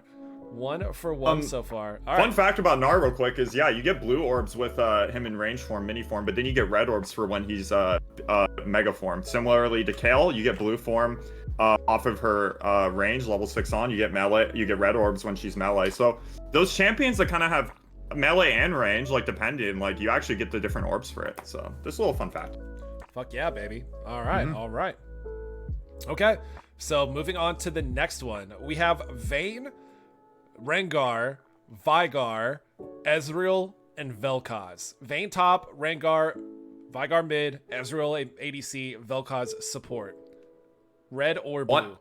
100% blue, without a doubt. Reason being, Blue Kayn can literally one-shot all of them. Rengar can W your burst if he's got his empowered W, and then Vel'Koz and Veigar can use Zhonya's, but the thing with Blue Kayn that makes this really good is Ezreal has his E, so he's mobile, so Red Kayn sucks into mobility. Same with Vayne. Vayne's pretty mobile. It's hard to hit your W on Vayne if you're red, but if you're blue, you can catch up to these people and one-shot them. They're all squishy.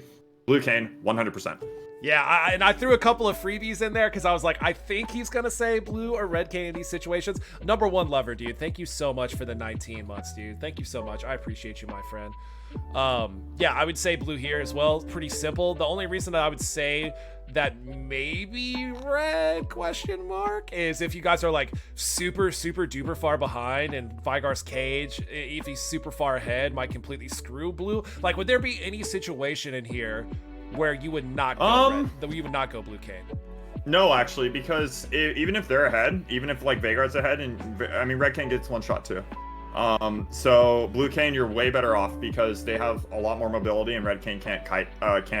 They can kite Red Kayn very easily. So no matter what, I go blue here. No matter what. Also, they're all ranged except for Rengar too. Yeah. So there would be no instance, even if they're really ahead, that I would go red. I would always go blue here. Gotcha. Okay, you heard it from himself. And I'm going to say that chat's probably going to agree with you. Yep, chat went B as well. Again, guys, remember, you can vote in the chat. We're going to have a poll up for all of these where you guys can vote yourselves and see if you put your knowledge and test your smarts against the Kayn professional himself in the chat, against Mr. Saber. So, guys, looks like he did go B. We are 2 for 2 on chat and Saber. Moving on to the next one. And again, thank you so much, LM, for the 5 gifted and Lover for the resub. I appreciate you guys so much. All right. We have Fiora, Sejuani, Katarina, Samira, and Ziggs. This one's good. This one's a little tougher. Yeah, I'm trying to throw a little bit of curveballs in there. I'm not, by no means, but I played a little bit of Kayn, but I thought this one would be a little harder. Okay. So here's my logic behind this one. So this would be a game where I would go. Okay. This is me as SaberStart. I would go blue here because I would take blue Bruins. I take Dark Harvest. I can one shot Samira. I can one shot Ziggs. I can one shot Katarina. Fiora, I can one shot if I'm really ahead. If not, she's gonna be a problem. But you know, you can still kind of outplay it. Sejuani, no way I'm one shotting her unless I'm really ahead.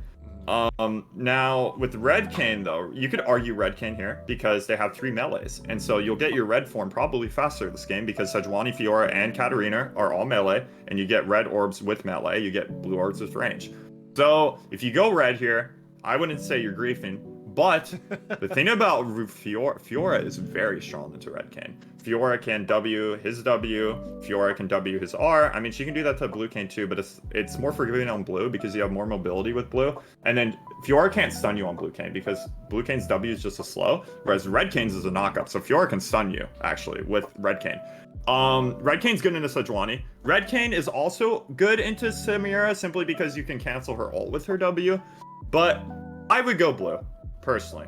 But this one was a bit harder. I would go blue here. So it looks like chat says blue as well. Looks like chat says blue as well. Personally, the way that I play, I've been so attuned for like top laner tanks, jungle tanks, support tanks, because I had a computer that only played like between like 25 and 35 frames per second. So you know, my safe comfort spot has never been like highly mechanical champions that outplay. Like mine's kind of like, hey, engage, tank, throw, like, you know, have good positioning to where you start the team fight correctly and make sure that you can kind of like heal through it. So me personally, I'd go red because I'm a big Kayn pussy. But other than that, it looks like, yeah, I see that figurine. Looks like Chad. Yeah, if you go red here, you're perfectly fine. Like, red is very justifiable in this comp, actually. I would just personally go blue. But yeah, I would honestly, like, if you would go red here, you're not grafing at all, by any means. So either are viable, but you'd pick blue personally. Gotcha. Yep. All right. So the next comp we have is Yasuo, Kha'Zix, Lux, Misfortune, and Nautilus again at the support role. So I would go blue here again. Now this is just me as Saber being a blue Kayn enthusiast. Reason being, you can one-shot Kha'Zix, you can one-shot Lux, you can one-shot MF, you can even one-shot Yasuo when you're fed. Now, again, they have 3 melee, so you'll get your red form probably faster this game. And the other thing about red form here that is, you could argue is better, is Kha'Zix is actually a really good match, or Kha'Zix is good against Kayn. So the reason is because Kayn's spells are AoE, whereas Kha'Zix gets that isolation bonus. Right. And so Kha'Zix and all those in his duels will beat Kayn no matter what. Now with red Kayn though, you can interrupt him. You can interrupt his jump. You can R to heal some of that isolation damage burst. So you could argue going red here is better. And then also because if Yasuo gets ahead, or if Yasuo is just, he does a lot of damage, and if you can't one-shot Yasuo, blue Kayn, he's just gonna out-sustain you and kill you. Whereas red Kayn, you're more likely to survive. So this is one of those games where you could go one of two things. Now they nerfed purple Kayn, but you could go conquer in this game and then take whatever form you get first. That is a perfectly viable option. It's kind of one of those like, it's a strategy where it's like, I don't know what form to go. Both could work. It's safer to go red runes, but like if I get blue Kayn, I'll go blue Kayn. If I get red Kayn, I'll go red Kayn. I would personally, if this was in my game, I would go Dark Harvest. I would go blue Kayn because that's just what I prefer. But you could go either here, and honestly, like you could, like I said, you could even do the purple Kayn strategy. It's not as good now as it was before, but you could do like the take conquer and then go whatever form you get first. But I would go blue. I would go blue. All right. It looks like chat's pretty split, 50-50 right down the middle, man. Some said A, some said B. And it's again, like you said, I mean, just like the last slide, this could be definitely viable either way. So it's almost personal preference, like again, and it's always going to change, right? Whoever gets like a snowball, if you get super ahead, if you're really behind, you know what I mean? Like maybe it's arguable that if you're behind and, you have more red stacks just because your ganks lead you to the melee champions more, to like makes more sense to go red faster because you're already super behind to try to get your form and try to come back in that sense, right? So there's always difference of opinions, but yeah, I love this insight. I love this insight. Yeah. Okay, so we got for the next team comp, we have Tryndamere, Gragas, Akali, and then we have the cheese bot lane of Yasuo and Swain. Okay, so you should go red Kayn here, 100%, because there's 4 melees, 1 ranged, and Tryndamere, he can ult and survive the burst. Gragas, you can't one-shot so easily because of his abilities and kit, even if he goes full AP. It's hard to one-shot Gragas. Akali, she's slippery, which blue Kayn's good in Akali, but she's slippery. So that would make red Kayn a little more difficult into Akali, but red Kayn still works. He also, like I said, red Kayn's good. Swain's like a conqueror, kind of a bruiser mage, right? Who heals a lot. So like if you want to out-sustain that, you go red. But as SaberStart, I would also go blue here. I would honestly go blue here. Like, I'm not even kidding. Reason why? I play to get fed. I play to 1v9. I play the snowball. And so with blue Kayn here, now of course team comp is dependent. I would go blue because you actually, like, I know I said you can't one-shot easily, but I mean, you actually can. If you're ahead, I know you said, like, don't assume you're ahead, but, if you're ahead, like, you can honestly one-shot all these people. But, okay, I would say go red Kayn. Like, I would still say go red, but me being me, like, I'd probably go blue, but you should go red Kayn in this comp. You really should. Yeah, and I agreed. When I assembled this one, I was like, hey, some of these might be clear-cut blue, but I definitely see why red, because, I mean, everybody but Swain, you're going to get all red stacks. It's going to be your natural, fastest path to get, your form. And I don't know if people play Kayn or not. And it looks like chat's a little split here too.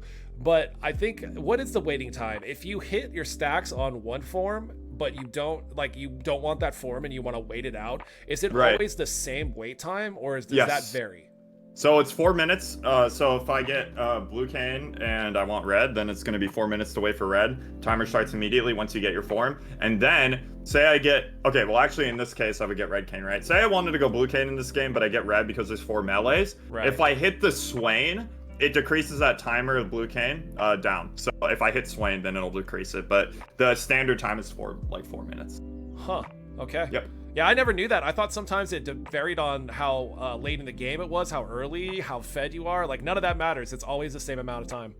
Correct. But time does scale with how many orbs, how much the orb meter fills. So, like, hitting somebody at level 1 at 1 minute and 30 seconds, say, with an invade, it's only going to give you a tiny bit of orbs. But if you hit somebody at 10 minutes with 1 auto attack, that orb is going to count more for your counter.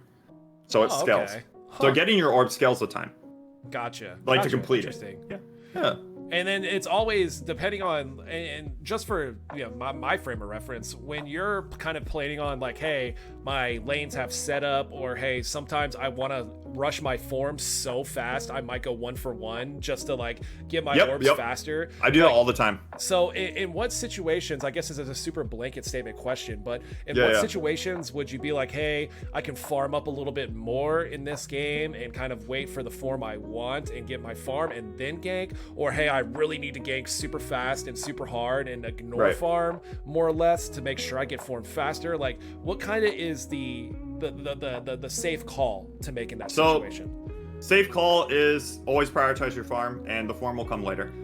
Really, reason always. being is pretty much like 9 times out. Most of the, I mean, everybody but Swain, you're gonna get all red stacks. It's gonna be your natural fastest path to get, your form. And like, I don't know if people play Kayn or not, and it looks like chat's a little split here too. But I think, what is the waiting time? If you hit your stacks on one form, but you don't want that form and you want to wait it out, is it always the same wait time, or does that vary? So it's 4 minutes. So if I get blue Kayn and I want red, then it's going to be 4 minutes to wait for red. Timer starts immediately once you get your form. And then say I get, okay, well actually in this case I would get red Kayn, right? Say I wanted to go blue Kayn in this game, but I get red because there's 4 melees. Right. If I hit the Swain, it decreases that timer of blue Kayn down. So if I hit Swain, then it'll decrease it. But the standard time is 4 minutes. Huh. Okay. Yep. Yeah, I never knew that. I thought sometimes it varied on how late in the game it was, how early, how fed you are. Like, none of that matters. It's always the same amount of time. Correct. But time does scale with how many orbs, how much the orb meter fills. So like hitting somebody at level 1 at 1 minute and 30 seconds, say, with an invade, it's only going to give you a tiny bit of orbs. But if you hit somebody at 10 minutes with 1 auto attack, that orb is going to count more for your counter. So it scales. Okay. Huh. So getting your orb scales the time. Gotcha. Like to complete it. Yeah.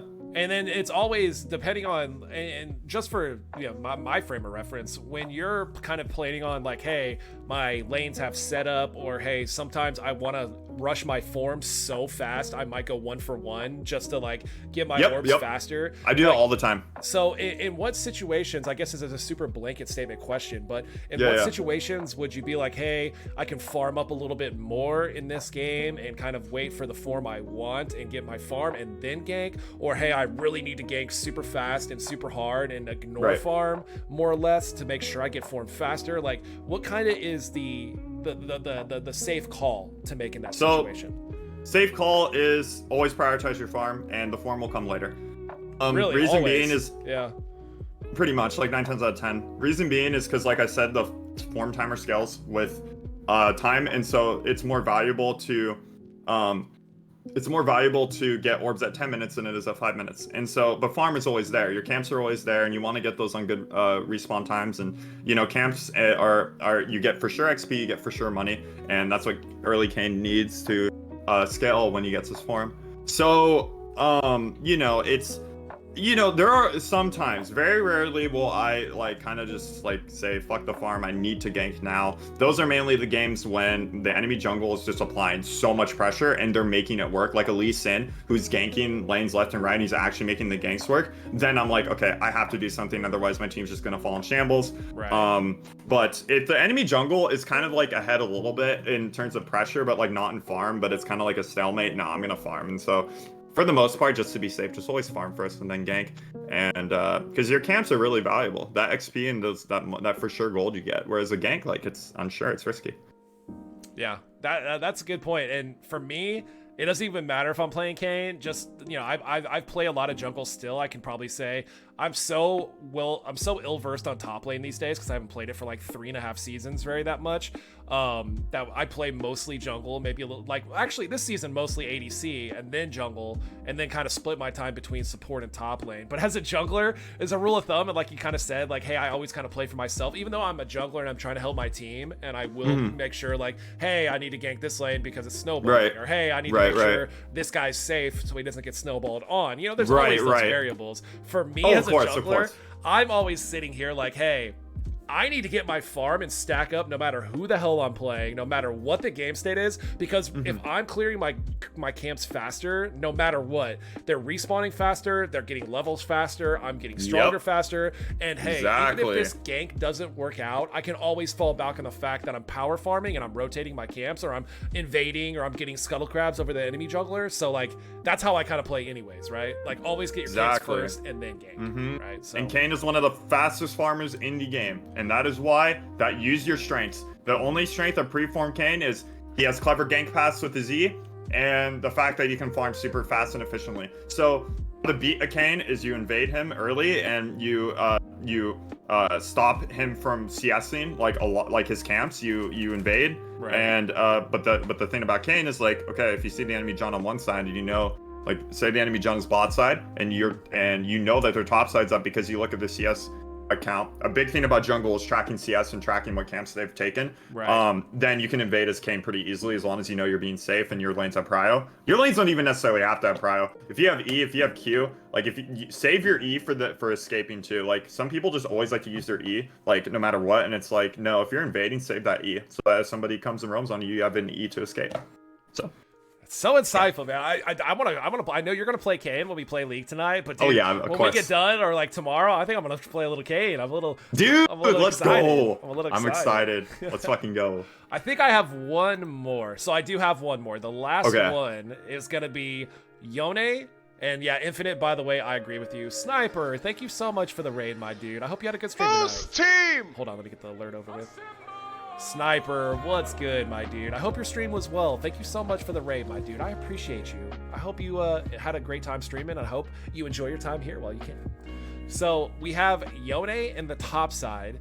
We have Kindred, Ziggs, Kalista, and Soraka.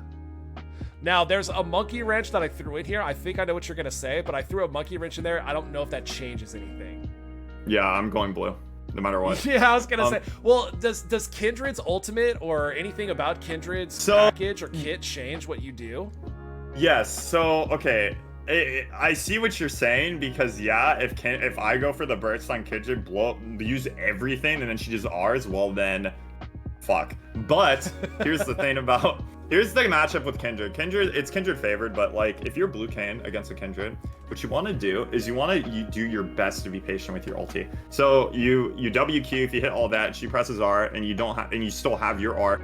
You wait until the ulti, right when Kindred's ult goes away, you are Kindred, and then you'll just one shot her. But if you WQ press R, and then Kindred presses R after that, you get out of your ult, and then Kindred's ult is still there, well then you're screwed, because then you both heal, and then Kindred's just going to be able to Q away, and then you die. So you have to play the Kindred matchup kind of patiently and very what's the word, calculated. But yeah, I go blue Kayn 100% here. You can one shot all of them. Soraka's a little annoying because she can silence and root you, and that can actually ruin your day, because if she silences you, you can't R, can't Q, you can't do anything. Right. So that's screwed. And then also with Yone, Yone, if he gets ahead, can like do a lot to blue Kayn, but also you can one-shot Yone. He doesn't build tank. He builds a shield bow, maybe. You can maybe have serpents here, because Kalista might build shield bow here too. You might be able to get away. Yeah, you could build serpents here. And yeah, I go blue 100% here, without a doubt.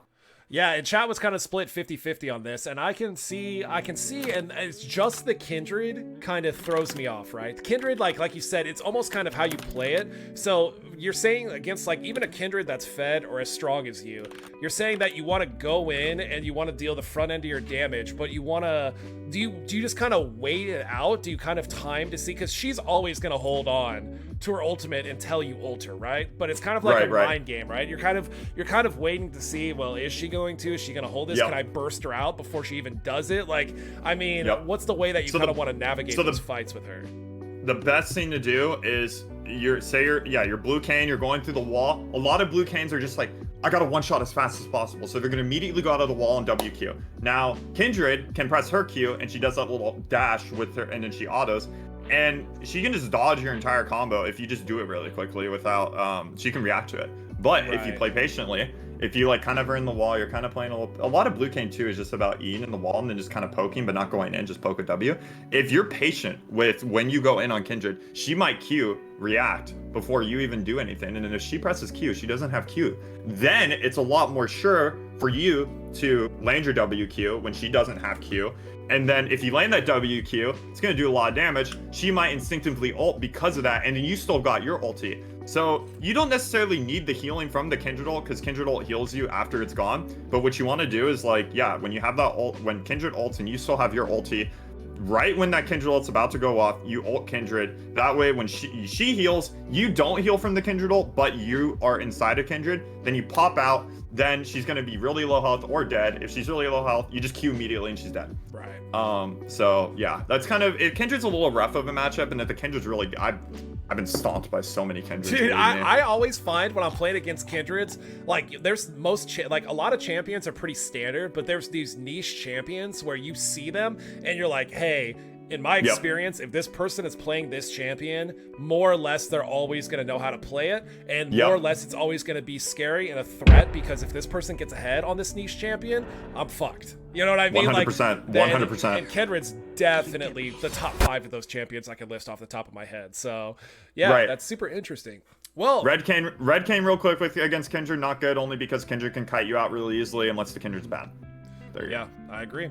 All right, man. So that is red or blue Kayn. I thought you would really enjoy that one. I did. I wasn't expecting this. Yeah, thank you. I wanted to tailor this was really cool because not only are we getting a good insight of like what you think's a good play on the Kayn montages, kind of to like stack up against like, hey, this is mechanically good as opposed to this is mechanically average.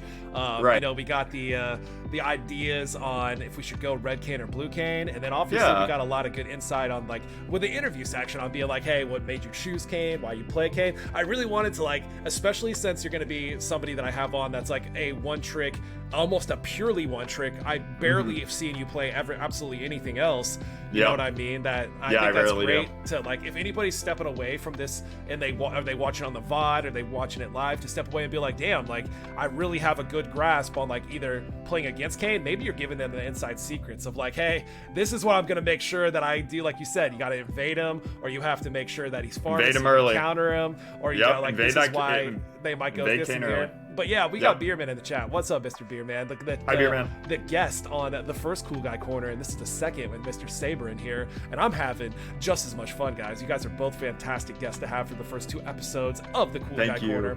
But we're going to take a short break. I know that I probably need to use the restroom. We probably need to. I need water. Anybody in chat? So we are going to go on a very quick. LM, what are you doing? LM with 5 more gifted subs to Lamar Jinx Darling. Jinx just raided the last stream. She's the homie, man. Lamar just came by for the first time the other night, too. So it goes Lamar, Jinx, Corey, your boy, Dark Cardinal, and it's Tundra. Let's go, dude. Thank you so much. I appreciate you, LM. You're a real one, brother. But we are going to take a quick intermission. Make sure if you have any questions for myself or for Saber, type in !join. That will get you to join into the question queue that we will hit when we come back from the break. Ask us anything. Ask us Coke or Pepsi. Ask if Jaeger. I keep calling you Jaeger. God, that's happened 3 times now. If Saber, you know, ask him what his worst nightmare is. Not even just as a Kayn player. Maybe he's just got a phobia. Maybe you guys want to know about it. Maybe you guys want to spook him in the chat without even knowing about it. You know, something. And whatever you guys want to ask us, if you want to enter that queue, !join. When we come back, we'll get to those viewer questions. And after that, we're going to be playing some League of Legends. We might. I know. We're going to see the Kayn Master in action, boys. And so if you guys want to play, what we'll do is after the viewer questions, I'll clear the queue out, and then we'll also do !join to be able to join into the games. If we have enough, we could do an ARAM custom, and that's what me and Mr. Beerman did last week. But if we don't have enough, like 7 people, right? If we only have like 3 or 4 people, we will take the first 3 in the queue when it gets reset for the viewer games, and we will play some Summoner's Rift. So guys, we got some viewer questions coming up. We got some viewer games coming up. Saber, I'm having a fantastic time so far. I hope you are, and hope you are too, Thank chat. you. So, hey, Saber, I'll see you here in a few minutes, brother. Sounds good. Sounds good. All right, be right back.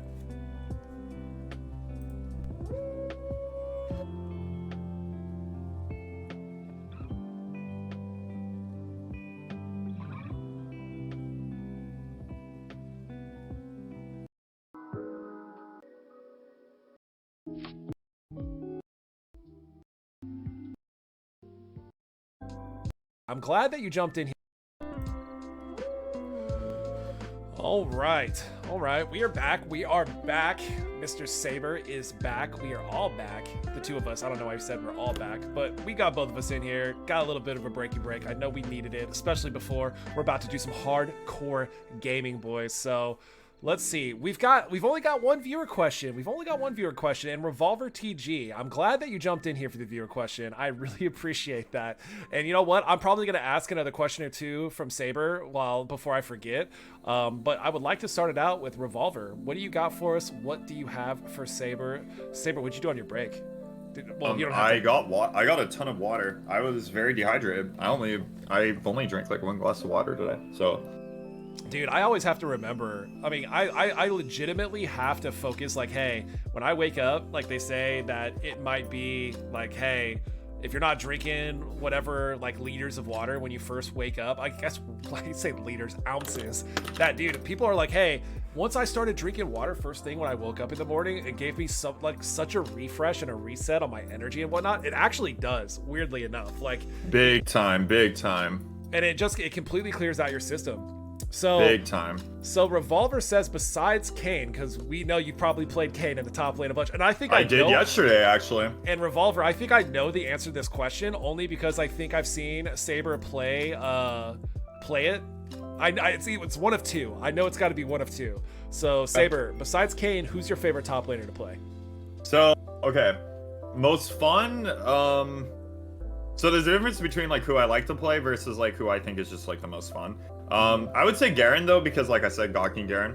So favorite top laner, probably Garen because of God King Garen simply. But in terms of having having a lot of fun, hold on. I actually need to look at a list of the top laners because I haven't played top. He's like, dude, I gotta go through it again. I don't play top very much. I'm surprised you're not jumping on the answer that I thought it was gonna be. Dude, I mean, I really honestly, this one might surprise you, Alawi. I like playing Alawi a lot. She's really fun. Yeah, probably in terms of most fun top laner, like the most fun I have on a top laner when I'm doing Alawi. Yeah. I thought you were gonna say Wukong because I saw you pop off a couple of games. Oh, Wukong is so fun. Yeah. Wukong is so fun. Like, I love Wukong. But in terms of just do you play Alawi? Like, have you played Alawi at top lane? Like, a bit. You're good with her? I'm proficient. I know what you should do, and I know what to do. It's just like not always executing. She's kind of hard to execute. You got to play around her tentacles, but like Wukong is very fun, yes. But in terms of just who I have the most fun with, probably Alawi. Like, but then Garen and Wukong I'm better at. So like Wukong's really fun. You press your R, it's really fun, and then Garen, well, you just run and spin at people. Wukong, you also spin at people. Yeah, Miss Atropine. Hopefully I'm saying that correctly. Welcome into the chat. Alawi is amazing to play. Oh, do you know who that is? Nice. I do. Welcome in, Miss Atropine. Am I saying that correctly, by the way, Saber? Oh, Atropine. Atropine. Sorry, Atropine. I'm sorry. Welcome in. How are you doing tonight? I said the same thing, Moosey. You're good. But yeah, I would say, like, dude, the amount of potential of the outplay to see an Alawi just like get a little bit fed, not even super fed, but get fed and then get into like a 1v3, a 1v4. It can literally, that's one of the champions that as a jungler, I will never be like, oh, I have to worry about this person splitting. I have to worry about this person's gonna get destroyed. Like, hey, Alawi's always gonna attract either 1 to 2 extra people outside of her laner unless she's getting crushed by the top laner. So as long as she's doing that, your team can, as long as you're rotating around the map and getting objectives and pushing other lanes, then you're fine, right? Because she's almost always going to take down at least 1 person with her and then distract everybody else, right? Big time. With her ulti and their tentacle setup, yes, 100%. Although Atropine told me that they like to main Alawi mid, actually, which is pretty cool. But Alawi mid, very very interesting. I kind of like that. That's pretty pog. Dude, I like that. I should either like tell some people that I know, because I have some friends that play Alawi, like try her out mid lane. Is that like a Dustblade situation, or just like what, the Hull Breaker, or what would you take, Atropine? Like, what would you take on Alawi for that build? And while we're waiting for that answer, so I know that when the Mythic is queued up, but I want to make sure that I'm not forgetting this question, and LM just typed it. So guys, make sure, again, if you want to ask any questions, exclamation point in the chat so I can see in the queue who's next. And LM, I will get to you real quick because I don't want to lose this question. When, and that's okay if I can ask this real quick of Saber, and then we'll jump into your question, my friend. But LM asks, what has been the most rewarding thing that you have gotten from streaming, Saber? Definitely, to clarify, I mean, a community relation to others. Okay, so LM, you actually answered the question in your example. Oh, definitely the community. Okay, so community, 100%. relationship with other streamers, yeah, it's okay. Yeah, so community and relationship with other streamers. That's literally, both of those is the most rewarding thing from streaming. I've been playing League since season 7, so that's what, 5 years, going on 6. I've been playing video games ever since I was a kid. I've grown up with them. You know, and I've always liked them, but you know, I wanted to share that passion and share that excitement with others.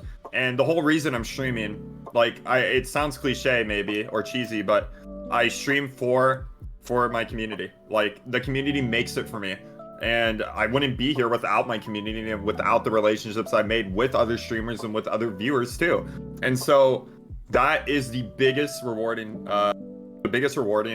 factor, and it's my drive still. My drive is to, like, honestly just be with you guys. Like, honestly, like, it might sound cliche, but it's true. I wouldn't be streaming if I didn't think that. Oh, I 100%. If anybody asked me the same question, I would say the same thing. And you've had the homies come in tonight, especially Miss Atropine being the most recent one. So welcome into the stream. I hope you guys enjoy your time while you're here. I know Queen Moose was in here earlier. Adeline was Airline was in here earlier. So the community came out and said what's up. And I was really happy about that. And Adeline, Win, Suvi. I mean, it's been a blast too. That's right. That's right. Win, welcome in as well. So Win. Question for myself, Saber, or both of us. What do you got, Win the Mythic? I love Win. It looks like Atropine said that I would still go Divine Sunder in the mid lane Alawi. Gotcha. Okay, makes sense, yeah. Just so much healing. And you could even... Alawi jungle, though. Says I also play Alawi jungle. That's not... To me, that sounds like very... I don't know how that would work. I have no idea what her clear is. I've never seen that in my life. Like... Maybe you get a tentacle set up near your buff, and then you can do the buff easy, but then you have gotta wait. Because, like, her clear would be so dependent on her tentacles, I feel like. That sounds very interesting. Yeah, what would be your skill? So Atropine, what would be your skilling? Like, what would be your level up? What would be your pathing? Because I'm actually pretty interested in myself. Like, what exactly would be your plan about going about that? Same. I've never heard of this before. I'm very interested too, Atropine. Yeah, we're like taking questions, but then we're turning around questions right back on people. Yeah, no, legit. Okay, so Win the Mythic in the meantime says, if you could watch a movie or a TV series that you love for the first time again, which movie or TV series would you pick? Oh, Win. You know the answer. Well, I don't know if you know the answer to this one from me, but might already know, huh? Win might already know. Also, thank you, Revolver, real quick. I appreciate that. Anyways, okay, so I would say, I brought it up a little earlier, just briefly. A show called Smallville. I don't know how many people are familiar with the TV show Smallville, but it was a 10-year show on the CW about Clark Kent growing up to become Superman. Superman is my favorite superhero, and it's because of that show. Clark Kent and how he grows up, being different, being an alien, you know, his parents like teaching him right from wrong, his morals, his values. Superman is a lot more than just some OP character with superpowers. That's not what makes Superman Superman. And Smallville really showcased that. Highly recommend it. It was on the CW, just like Supernatural. It's the same network as Supernatural. Went on from 2001 to 2011. You know, Superman, like Superman's like the OG superhero, spawned all the others, you know, but not a lot of people are like, oh, he's my favorite. but, you know, and a lot of people also say he's OP, which, you know, he's got every power. He's the first one, sure. But that's not what makes Superman Superman. It's not his powers that make him Superman. It's who he is. It's the fact that he chooses humanity first and he inspires hope to the world. And Smallville really showcases how Clark Kent grows up to become the hero that he is today. And yes, I would pick Smallville. And I could literally talk about Smallville forever when you've already heard me on my stream talk about it forever. I haven't even seen a single episode. That actually makes me want to watch it. On Hulu, I think. It's on Hulu, and it's on Hulu, and it's on I think it's also on HBO Max. I'm not sure if it's on HBO Max. It's definitely on Hulu. I remember it being on Hulu. Yeah, it was a good show, 10 years, and a lot of people who are fans of CW, whether it's Supernatural like Jensen Ackles, he was in Smallville before. He actually tried out for Clark Kent too, but then lost the role. But yeah, no, Smallville. It's kind of a niche show. So a lot of people have heard of it, but then a lot of people haven't. But it was a 10-year show, and each episode's like 45 minutes. It was 10 seasons, 20 to 23 episodes per season. There's some filler, of course, but very, very solid. Very, very solid show. It was really my childhood. It was a huge upbringing for me. In high school, I wore Superman shirts every day. 9th and 10th grade, I was known as Clark, and it's literally because of Smallville. Like, Smallville was my foundation. It was my identity, and Superman. That is why Superman will always be my favorite. So, dude, that's a fantastic answer. Dude, Saber, you're killing it with the answers. Great question, by the way. Thank you. Fantastic question and win. How about you, Moosey? I would say, for me to answer that, God, there's so many, but I know this is probably so... You know, this is probably so typical, unoriginal, you know, whatever. But I would have to say Breaking Bad. I would have to say Breaking Bad. I need to watch that so bad. Wait, have you seen it? No, and I really need to because You I've heard haven't nothing seen? but good. Okay. No, I know. So I need Saber, to watch it. I'll start Smallville, you start Breaking Bad, and we report back to each other in like a month from now. Sounds okay, like it might take us a little bit longer because wait, so Smallville's 10 seasons, you said? Oh yeah, and it's long. And then Breaking Bad's, I believe, 5 seasons. So, dude.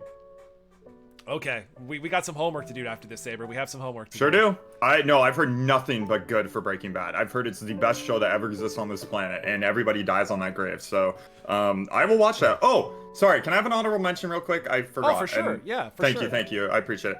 The one other show. So Smallville was my foundation, but my other favorite show of all time. Highly recommend it. It's a Netflix original. It's called BoJack Horseman.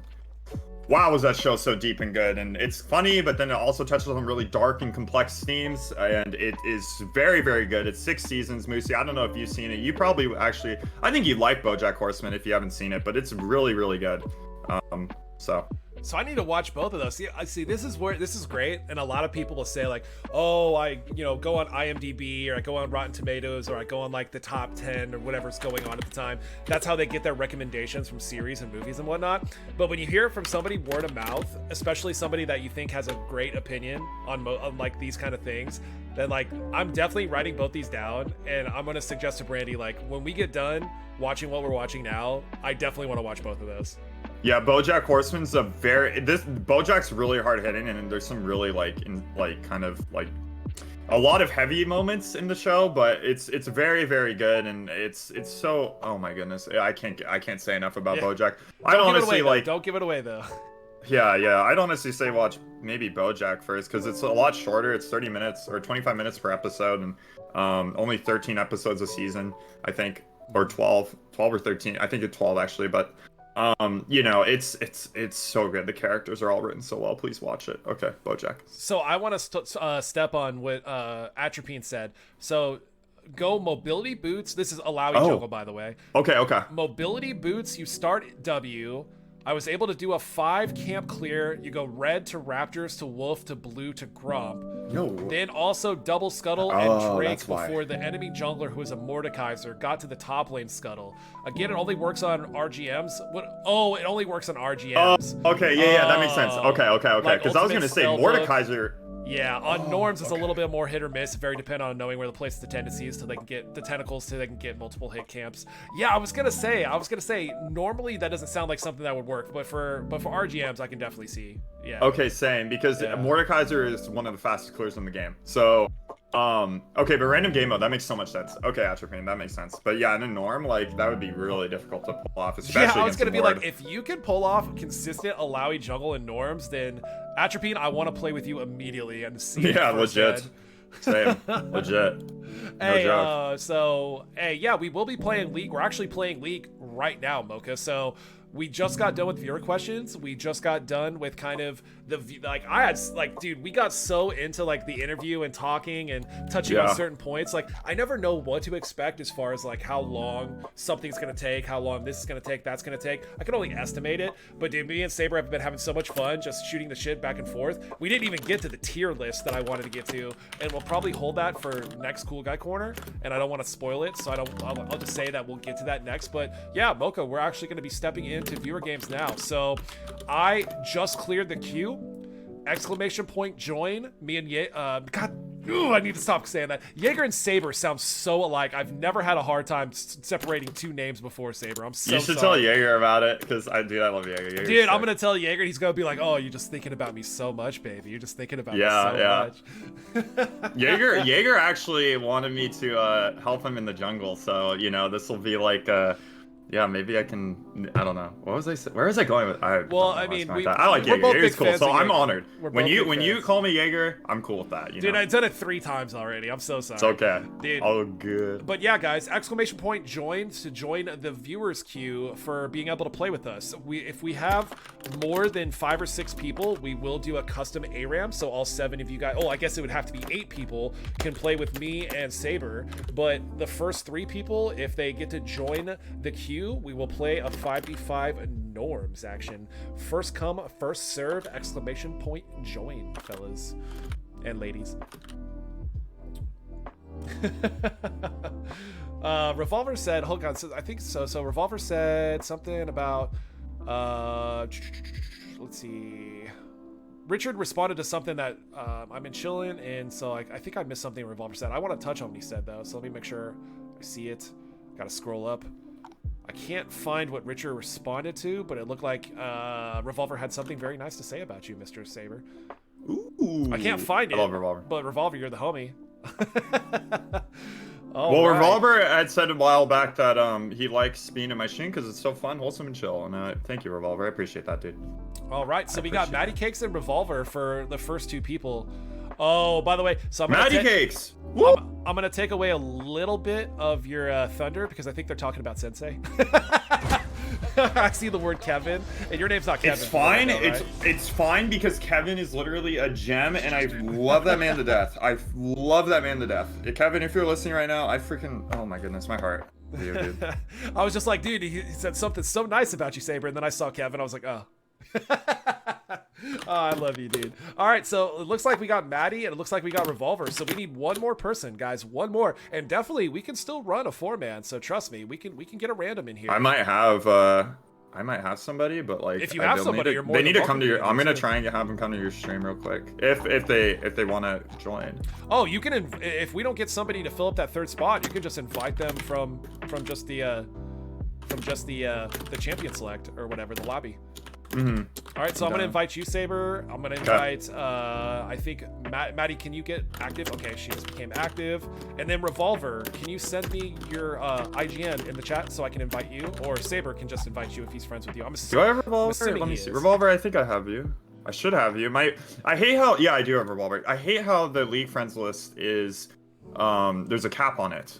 It's so annoying because I have to constantly delete people and then add people, and I hate that there's a cap on the friends list. I don't know if you really struggle with that, but I friended a lot of people in my past before streaming, and then it's like, oh, I gotta get rid of people now because they're inactive or whatever. But so I have 5 accounts, and only just this account because I played it mostly. My hat's so sparkly, it is, Mocha. It's so hard to get correct lighting with this green screen in the background and everything.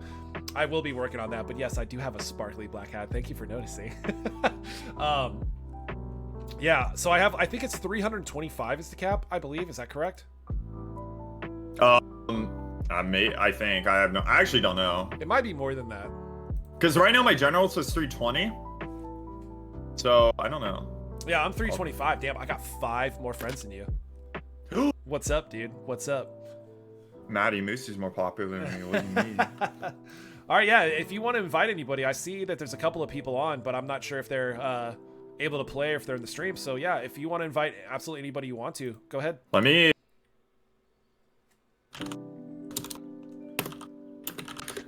She's, oh man, the person I was gonna invite is with someone else, and there's only one spot left, which is fine. Let me see. Maybe she'll want to join. Bro, this might be one of the first times in a long time that I've had a random person, like, because I usually, when I play League these days, we queue up as a 5-man, almost always. Yeah. So, like, this might be one of the few times that we have, like, just a random. I can invite a couple people. I'm going to let you see if you have anybody first, Saber, but then if not, then Thank you. I I'll appreciate invite it. my people if I see anybody on. I asked one person, we'll see what she says. If she says no, then we will, I will, then you can add who you want. So yeah, Maddie was fairly popular back in the Rocket League streaming days. I just wish Maddie would stream again, Richard. That's all I'm saying. That's all I'm saying. Oh, Maddie used to stream? Yeah, Maddie streamed. Jeez. That's how I met her. Yeah. Oh, okay. And then she's a pseudo retired streamer that is now a designer.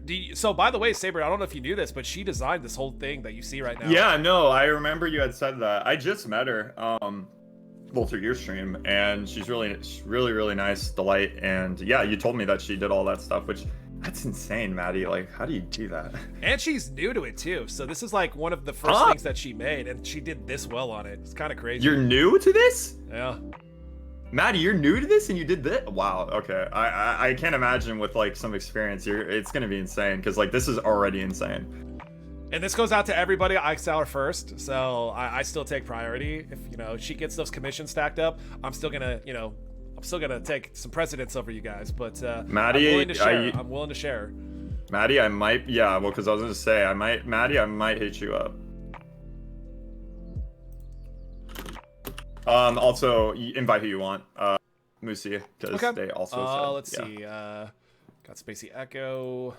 Everyone was like, yeah, sure, but I'm with one person, or I'm with 2 people, and I'm like, yeah, I see 3 different groups of 4 men right now. Yeah. Everybody's in like a 4-man or a 3-man. My goal is to do this full time. Fuck yeah, Maddie.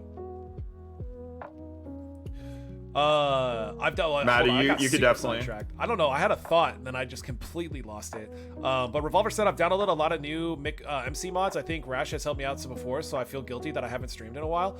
Oh, so Revolver, I didn't even know you streamed. Let me go throw you a follow, brother. Dude, did I follow? Dude, am I fake? I got you, Revolver. I got you. I followed him too. Dude, Revolver, I'm fake, dude. I should have followed you a bit ago. That realization, oh, I'm fake, bro.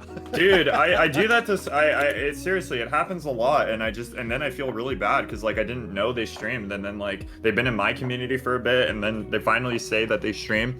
But, I mean, they're just being really considerate and nice, because, the whole self-promo thing, right? About, like, not promoting your channel in a stream, but, dude, Revolver, I followed you just now, too. Sorry that I didn't earlier. Let's go. Hey, we got Apenko in here. What's up, Apenko? Welcome in, brother. We got our squad. So, outside of Jaeger getting jungle, that's what we got. So, Apenko, do you want to go mid? Jaeger? Yeah, God, dude, Saber, fuck me. Okay, that one I had to call you out on. Dude, I'm so glad. I was like, dude, that's the thing, because I knew I had did it once. About an hour and a half in, I almost did it a second time, but then like my mind just glitched, and I'm like, wait, I think I've done this once already. I'm so glad that you were like, yeah, you did do that once already. I was like, God damn it. All right. But it's okay. But Apengu, we do have Saber, and I didn't know you. Do you know Apengu? I don't. Apengu, do you want mid? I just don't want mid. I'll take ADC over mid any day. Nice to meet you. But I think Apengu, I'm pretty sure if I remember correctly, Apengu plays bot lane. Okay. So I might have to mid. That means you're going to be ganking me 24/7, right? Definitely. I definitely gank mid. For sure, and definitely not bot lane, probably. All right, well, I'm going to go bot. You get Apengu ahead, and then me and Matt are just going to hold it down. I swear to you, I'm such a trash mid laner. Don't ever catch me in mid lane, ever. Dude, I might just start Watch me feed this game though, like holy, I'm gonna like we've been gassing me up as like this really good Kayn main. I play Kayn this game, and then I'm gonna like be 0-10. Yeah, and just be like, okay, so everything that we learned earlier about Saber completely that, wrong. Like, you should do this, you should do that, and here's that plays a 4 out of 10, that plays a 7 out of 10, and then he just comes out here with consecutive 0 out of 10 plays over and over again. That would have to be like, that would just be poetic justice, right?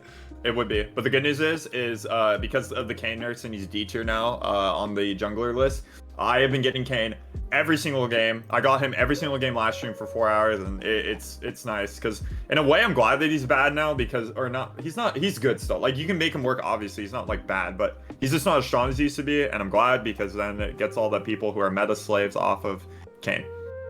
Yep. Because like a lot of people like to just play the meta too, like we were talking about earlier. What's his play rate right now? What's it looking like? I don't know what it is now, but before it was pretty high. It was like last patch it was pretty high when red was really strong. It was like I don't know, probably like 20-something%. Maybe yeah, 20-something, which is pretty high. Win said Saber feeding. I can't even imagine that. Ooh. Yeah, Win. Yeah, I never feed, right? Win. Okay. Oh, I'm into a Graves. This is a pretty bad matchup for me. Dude, Jaeger, real quick. I'm not even gonna. Dude, Jaeger. Guess Moosey, tell Jaeger what's been going on tonight. Bro, and the thing is, so I don't remember who it was, but Jaeger's already had this happen before, and I don't know what connection in my brain makes this. And Jaeger, help me out on this if I forgot who it was, but there was somebody else that I was talking to. It wasn't even like somebody I had in a Discord call or anything. It was somebody that I was referring to either in a conversation or in chat, and I kept calling them Jaeger, and it wasn't Jaeger, and Jaeger was like, oh, you were just thinking about me so much, baby, love you. Dude, Jaeger, I've called Saber Jaeger like at least 3 or 4 times tonight in the span of like 2.5 hours, and I didn't even realize it at first. Like the first time I did it, he was just being so polite and didn't say anything, and then like 30 minutes later I did it again, and I caught myself, and I'm like, wait, have I already done that once now? He's like, yeah, you already did it once. So I'm like, God damn it, dude. Jaeger, I just love you so much. Hey, what's up, Kaylin of the Sea? Welcome back in, Kaylin. Jaeger, I was honored, by the way, dude. When he kept calling me Jaeger, I'm like, you know it's Jaeger, so like, it's a compliment. It's a compliment. Dude, all right. He's going to be giving me shit about that for a while, dude. I hope you do too, Saber. Hey, come on, man. I'm Jaeger, so sorry. Well, not me. I'm chilling. It's an honor. But Kaylin, welcome in. Welcome in. How are you doing tonight? Can I get a shout out for Kaylin? Oh, you already got her, Richard. Let's go. I think you already got Jaeger too. Let's go. Richard, you're on top of it, baby. What's up, Kaylin? Welcome back in. Man, Jaeger only loves Moosey. First Saber, now Jaeger. Damn. Jaeger, come on, man. Spread that love around. I mean, I guess I'm not doing the same thing. I guess apparently I call everybody Jaeger and just give love to Jaeger. So, I mean, we both got to do a better job. Let's do better together, bro. By the way, Moosey, I don't mean to like interrupt, but no, Atropine actually said she had a question for both of us. Oh, go ahead. If I missed it, do you mind reading it if you saw it, Saber? Oh, she hasn't asked. Oh, she just asked it. What's your favorite off-meta pick to play? Oh, champs up. I just mean level of off-meta with my Ari support and Alawi jungle. You can answer that first if you want. I love playing off-meta junglers, Atropine, because I've played so many I can probably play safely like at like anywhere between like a high silver and a low platinum level, somewhere in the gold range on a good day, low platinum, on a bad day, high silver. 30 junglers, and I'll tell you what, one of the most fun is Scion jungle. Scion jungle has good clears. Scion jungle can either go tank or lethality. Great team fighting, great peel. We're actually playing against the Scion bot lane right now, so that's so funny that I just said that. But there's a lot of off-meta junglers that I play. Jax is a fun one too in the jungle, but I would say Scion jungle is probably one of my favorite right now. Cho'Gath jungle is off-meta as well, and that's probably one of my best junglers. He's actually making kind of a comeback right now. But yeah, I would say one of those two. What about you, Saber? I mean, I don't know if this counts because it's kind of the easy way out, but Kayn top and Kayn mid. I can play Kayn top and mid. It's super off meta, but I can make it work. I don't know if that's super like just like, oh, you know, that's the easy answer, but I mean, it is off meta. Kayn top and mid is off meta, so that's where I'm at. Also, if I could, dude, Urgot. Okay, Revolver. I love that you're playing Urgot. Urgot literally gives like one of the best releases in the game. I love Urgots. Let's go. So as Kayn, real quick, for more education, real fast. Even though it's not my stream, and I'm sorry, but I like to full clear top or red to. I always start red and then full clear for a 315 full clear. You can, you know, it's a little hard to do or get used to because you have to like, there's some mechanics with it, but I've been practicing a while. And like I said, Kayn, his strength is he clears really fast. So dude, I've seen some Kayn mids pop off, like super hard pop off too, which is weird big time. Because I mean, he can't really get close enough to get a whole lot of stacks early. I mean, I know he can farm pretty well, but like, what's the strength of that into a lot of mid picks? Funny enough, okay, so I know I said Kayn is a very weak champion early. He is, but the one thing he's not weak, his level 1 is one of the strongest in the game. The reason why is because his Q has 2 parts of damage and it does so much damage. So at level 1, a lot of people don't expect your damage, and so you just cheese them level 1 and go for the all-in with Ignite, and then you can even take Time Warp Tonic to like increase your movement speed with the corrupting pot.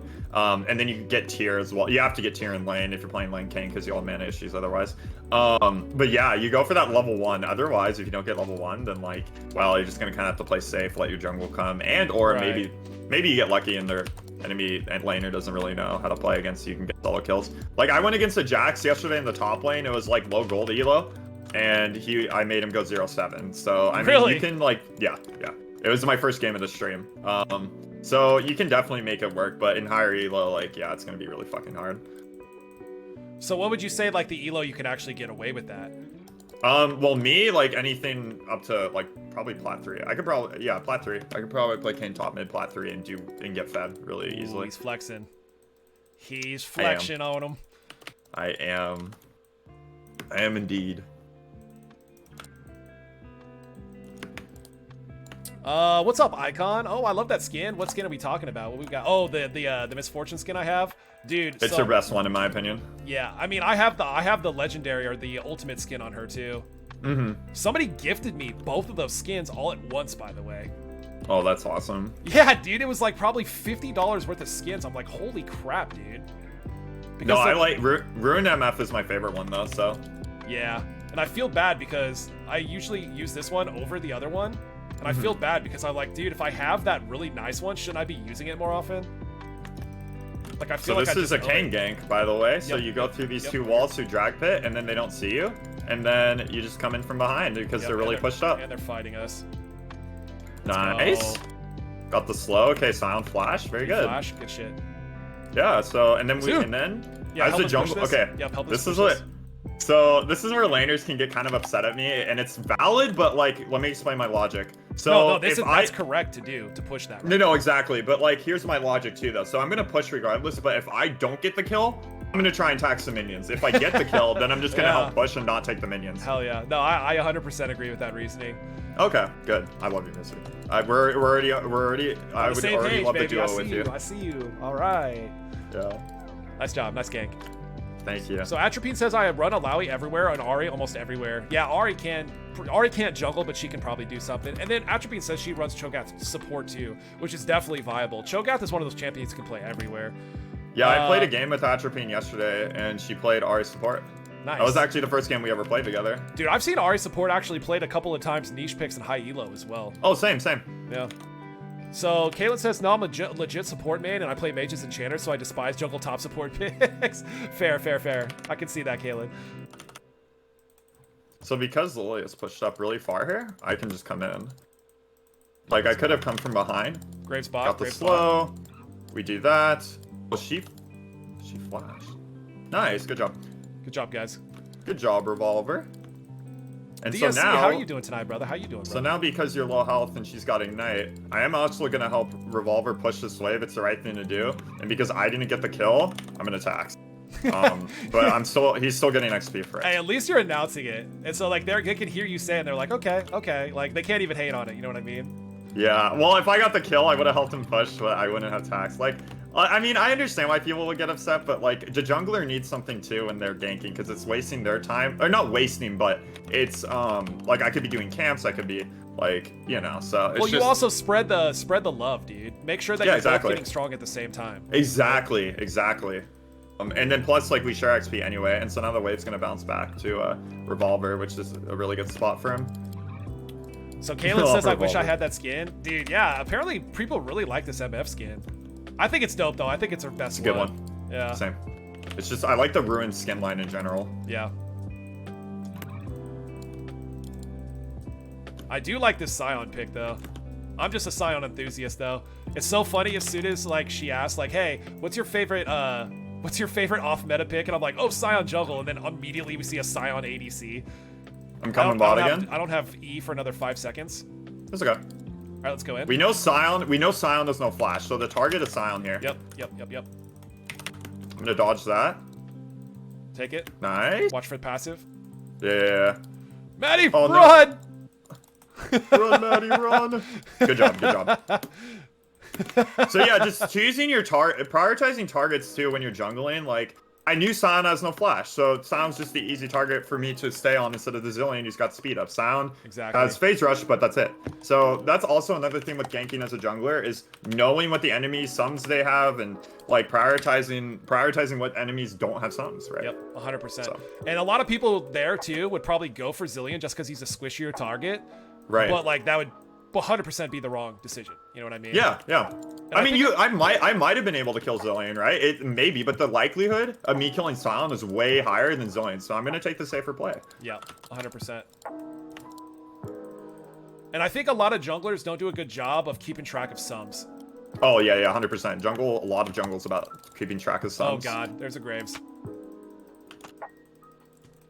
I should be fine. All good, all good. Okay.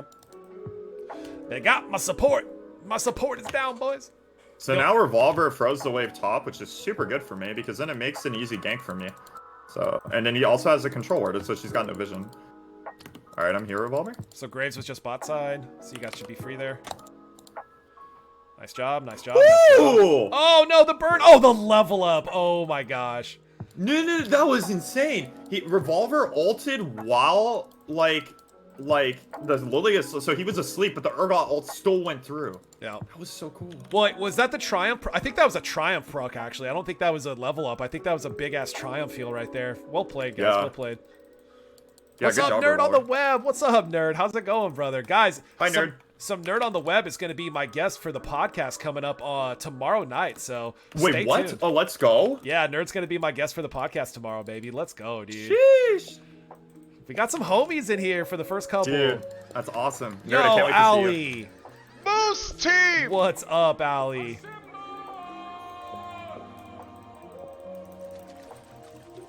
Damage. What's up, Ali and Fright? What's going on, Ali? Thank you so much for the raid of 6. Let's go, guys. Welcome in. I hit the wrong button. I hit the wrong button. How cool is that? I forgot that actually goes back to my other collection of seeds. Sorry about that, guys. What's up, Ali? Thank you so much. I appreciate you. I tried to do the how cool is that, but it... Okay, we're getting a gank. I just hit ult. Let's go. Get him, Saber. Get Zillion. Let's go. Let's get this... Oh, he flashed. Flash too. Nice job. All right, so we got Zillionaire and we got so right there. Look, all my bot camps are up, but I was looking at the map and I knew that their bot lane keeps pushing up. So I'm not going to do my camps. I'm going to gank first, and now I have form, so I'm going to farm my camps and then I get form, and then boom. Just easy setup for me. Nice job. But Swagner, what's up, Swag? What's up, Ali? Thank you so much. I hope the stream went well tonight, Ali. So we are in another episode of the Cool Guy Corner, and we are now in the viewer section, the viewer gaming section with me and my guest. And we got Mr. SaberStart playing Kayn. I'm on the MF, and we're beasting 6-1. Let's go. Thank you, Moosey. Also, if I'm like taking over too much, let me know. No, dude, you're chilling, man. You're explaining what you're doing, and dude, we're vibing, man. I love it. Hell yeah. Thank you, Moosey. I appreciate it, dude. Of course. But welcome in, guys. I miss you, my man. Who do you miss, Jaeger? Who do you miss? And Mocha, I got you with the paddle dab. Ali, how was your stream tonight? What'd you do for your stream? Hi, Saber, says Ali. Let's go. Hi, Ali. Welcome in, guys. Swag, what's up? Ali, what's up? Thank you so much for the raid again. I wish I could give you the how cool is that. I probably need to incorporate some of those scenes into this collection of scenes for the Cool Guy Corner. Moose team! Lady Latalin! Hi, Rachel, what is up? Coming in with the raid as well, the double raid action. What's up, Quick Shatter? What's up, Grim? What's going on, guys? Welcome in, Freesia. What's going on? How y'all doing? Our lady has commanded us with the invade with the raid. Guys, you are in the Cool Guy Corner. That we have episode 2 featuring the man on my left, Mr. SaberStart. We just did the interview section. We just did a couple of fun segments learning about some Kayn gameplay, and now we're seeing it firsthand. We're watching him. He's already 1-0-4 with the Prowler's Claw Blue Kayn. Let's go. Welcome in, guys. Welcome in. What's up, Sonnet? What's up, Captain Koala? Welcome in, guys. Thank you so much for coming in here, and thank you so much for the raid, lady. Can I get a shout out to Lady Latalin from one of the mods, please? And thank you. What's up, guys? How's your night going, Rachel? So what you doing up there, Saber? Uh-oh, he got another kill. 2-0-4. Let's go.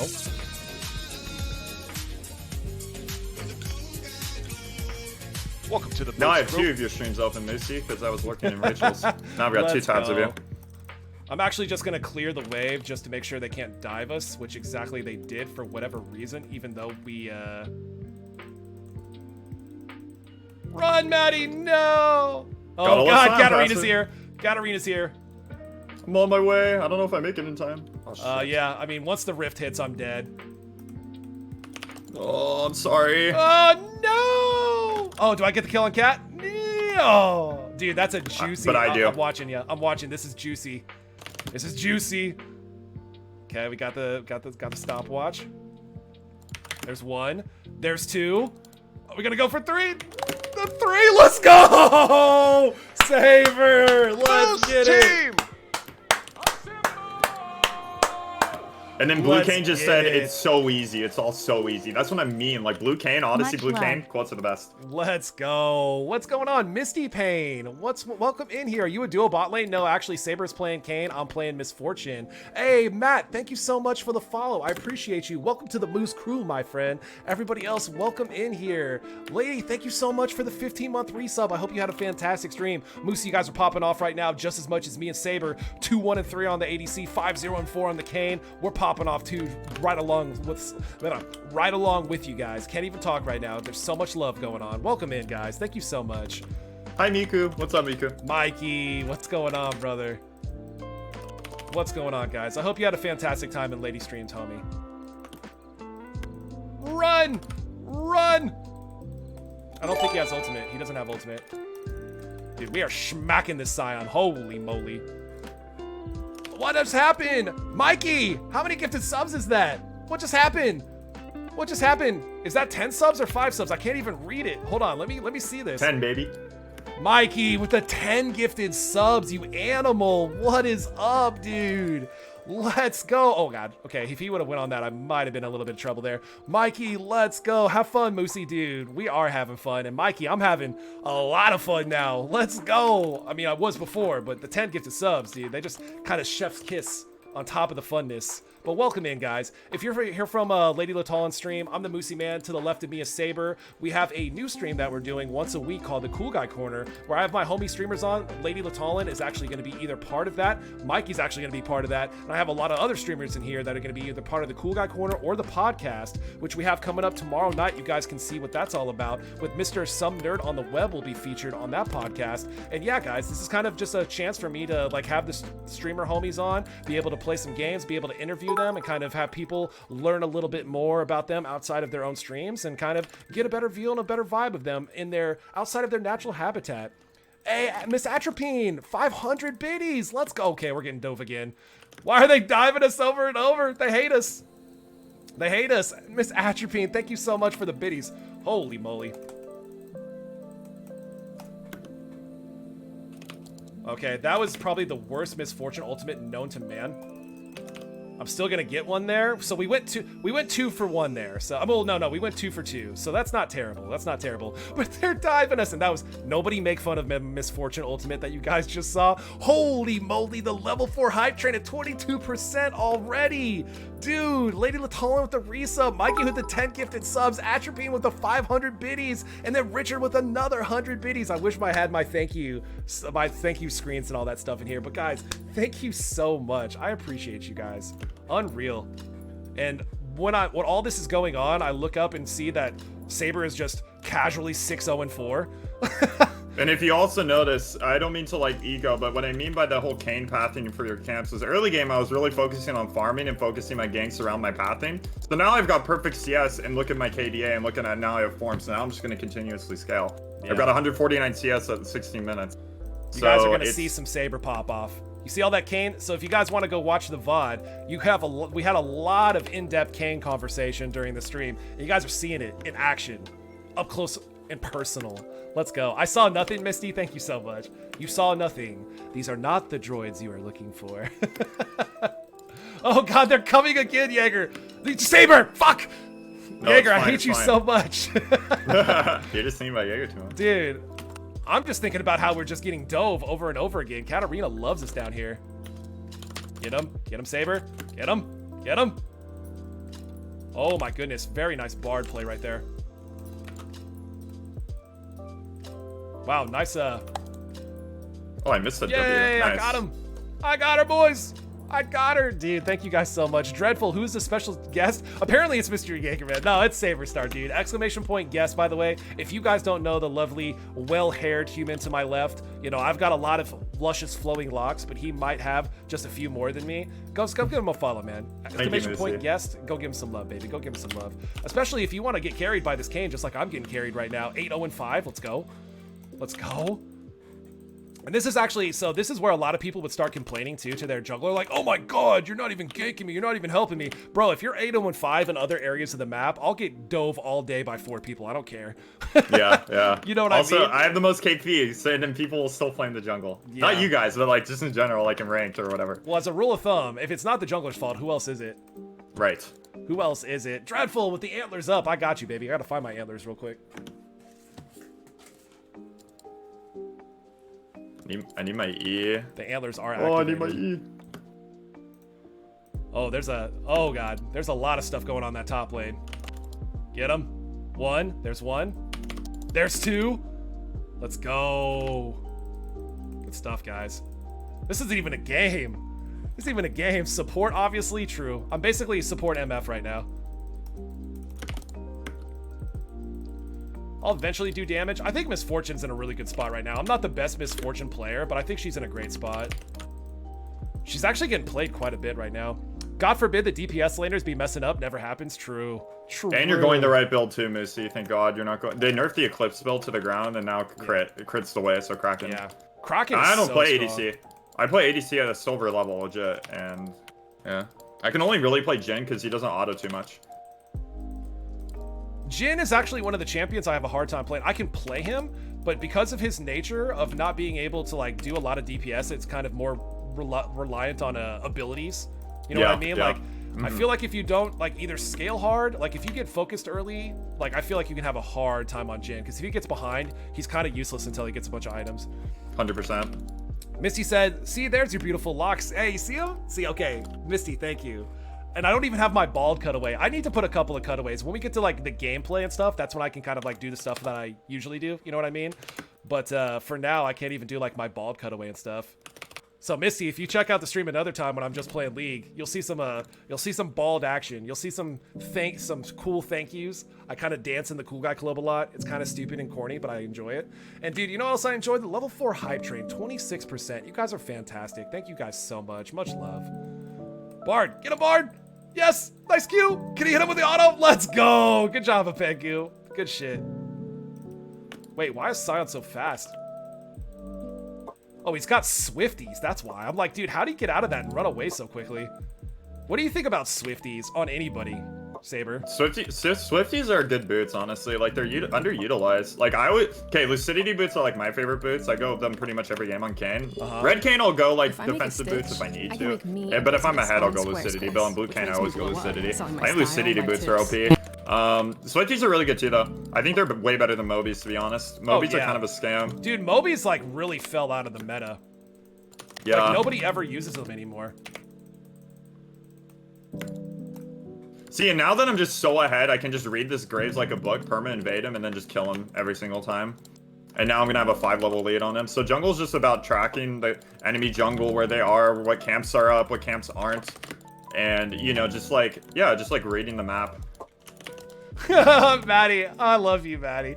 Dude, she was almost willing to take the sacrifice for you so much right there. She almost died for no reason.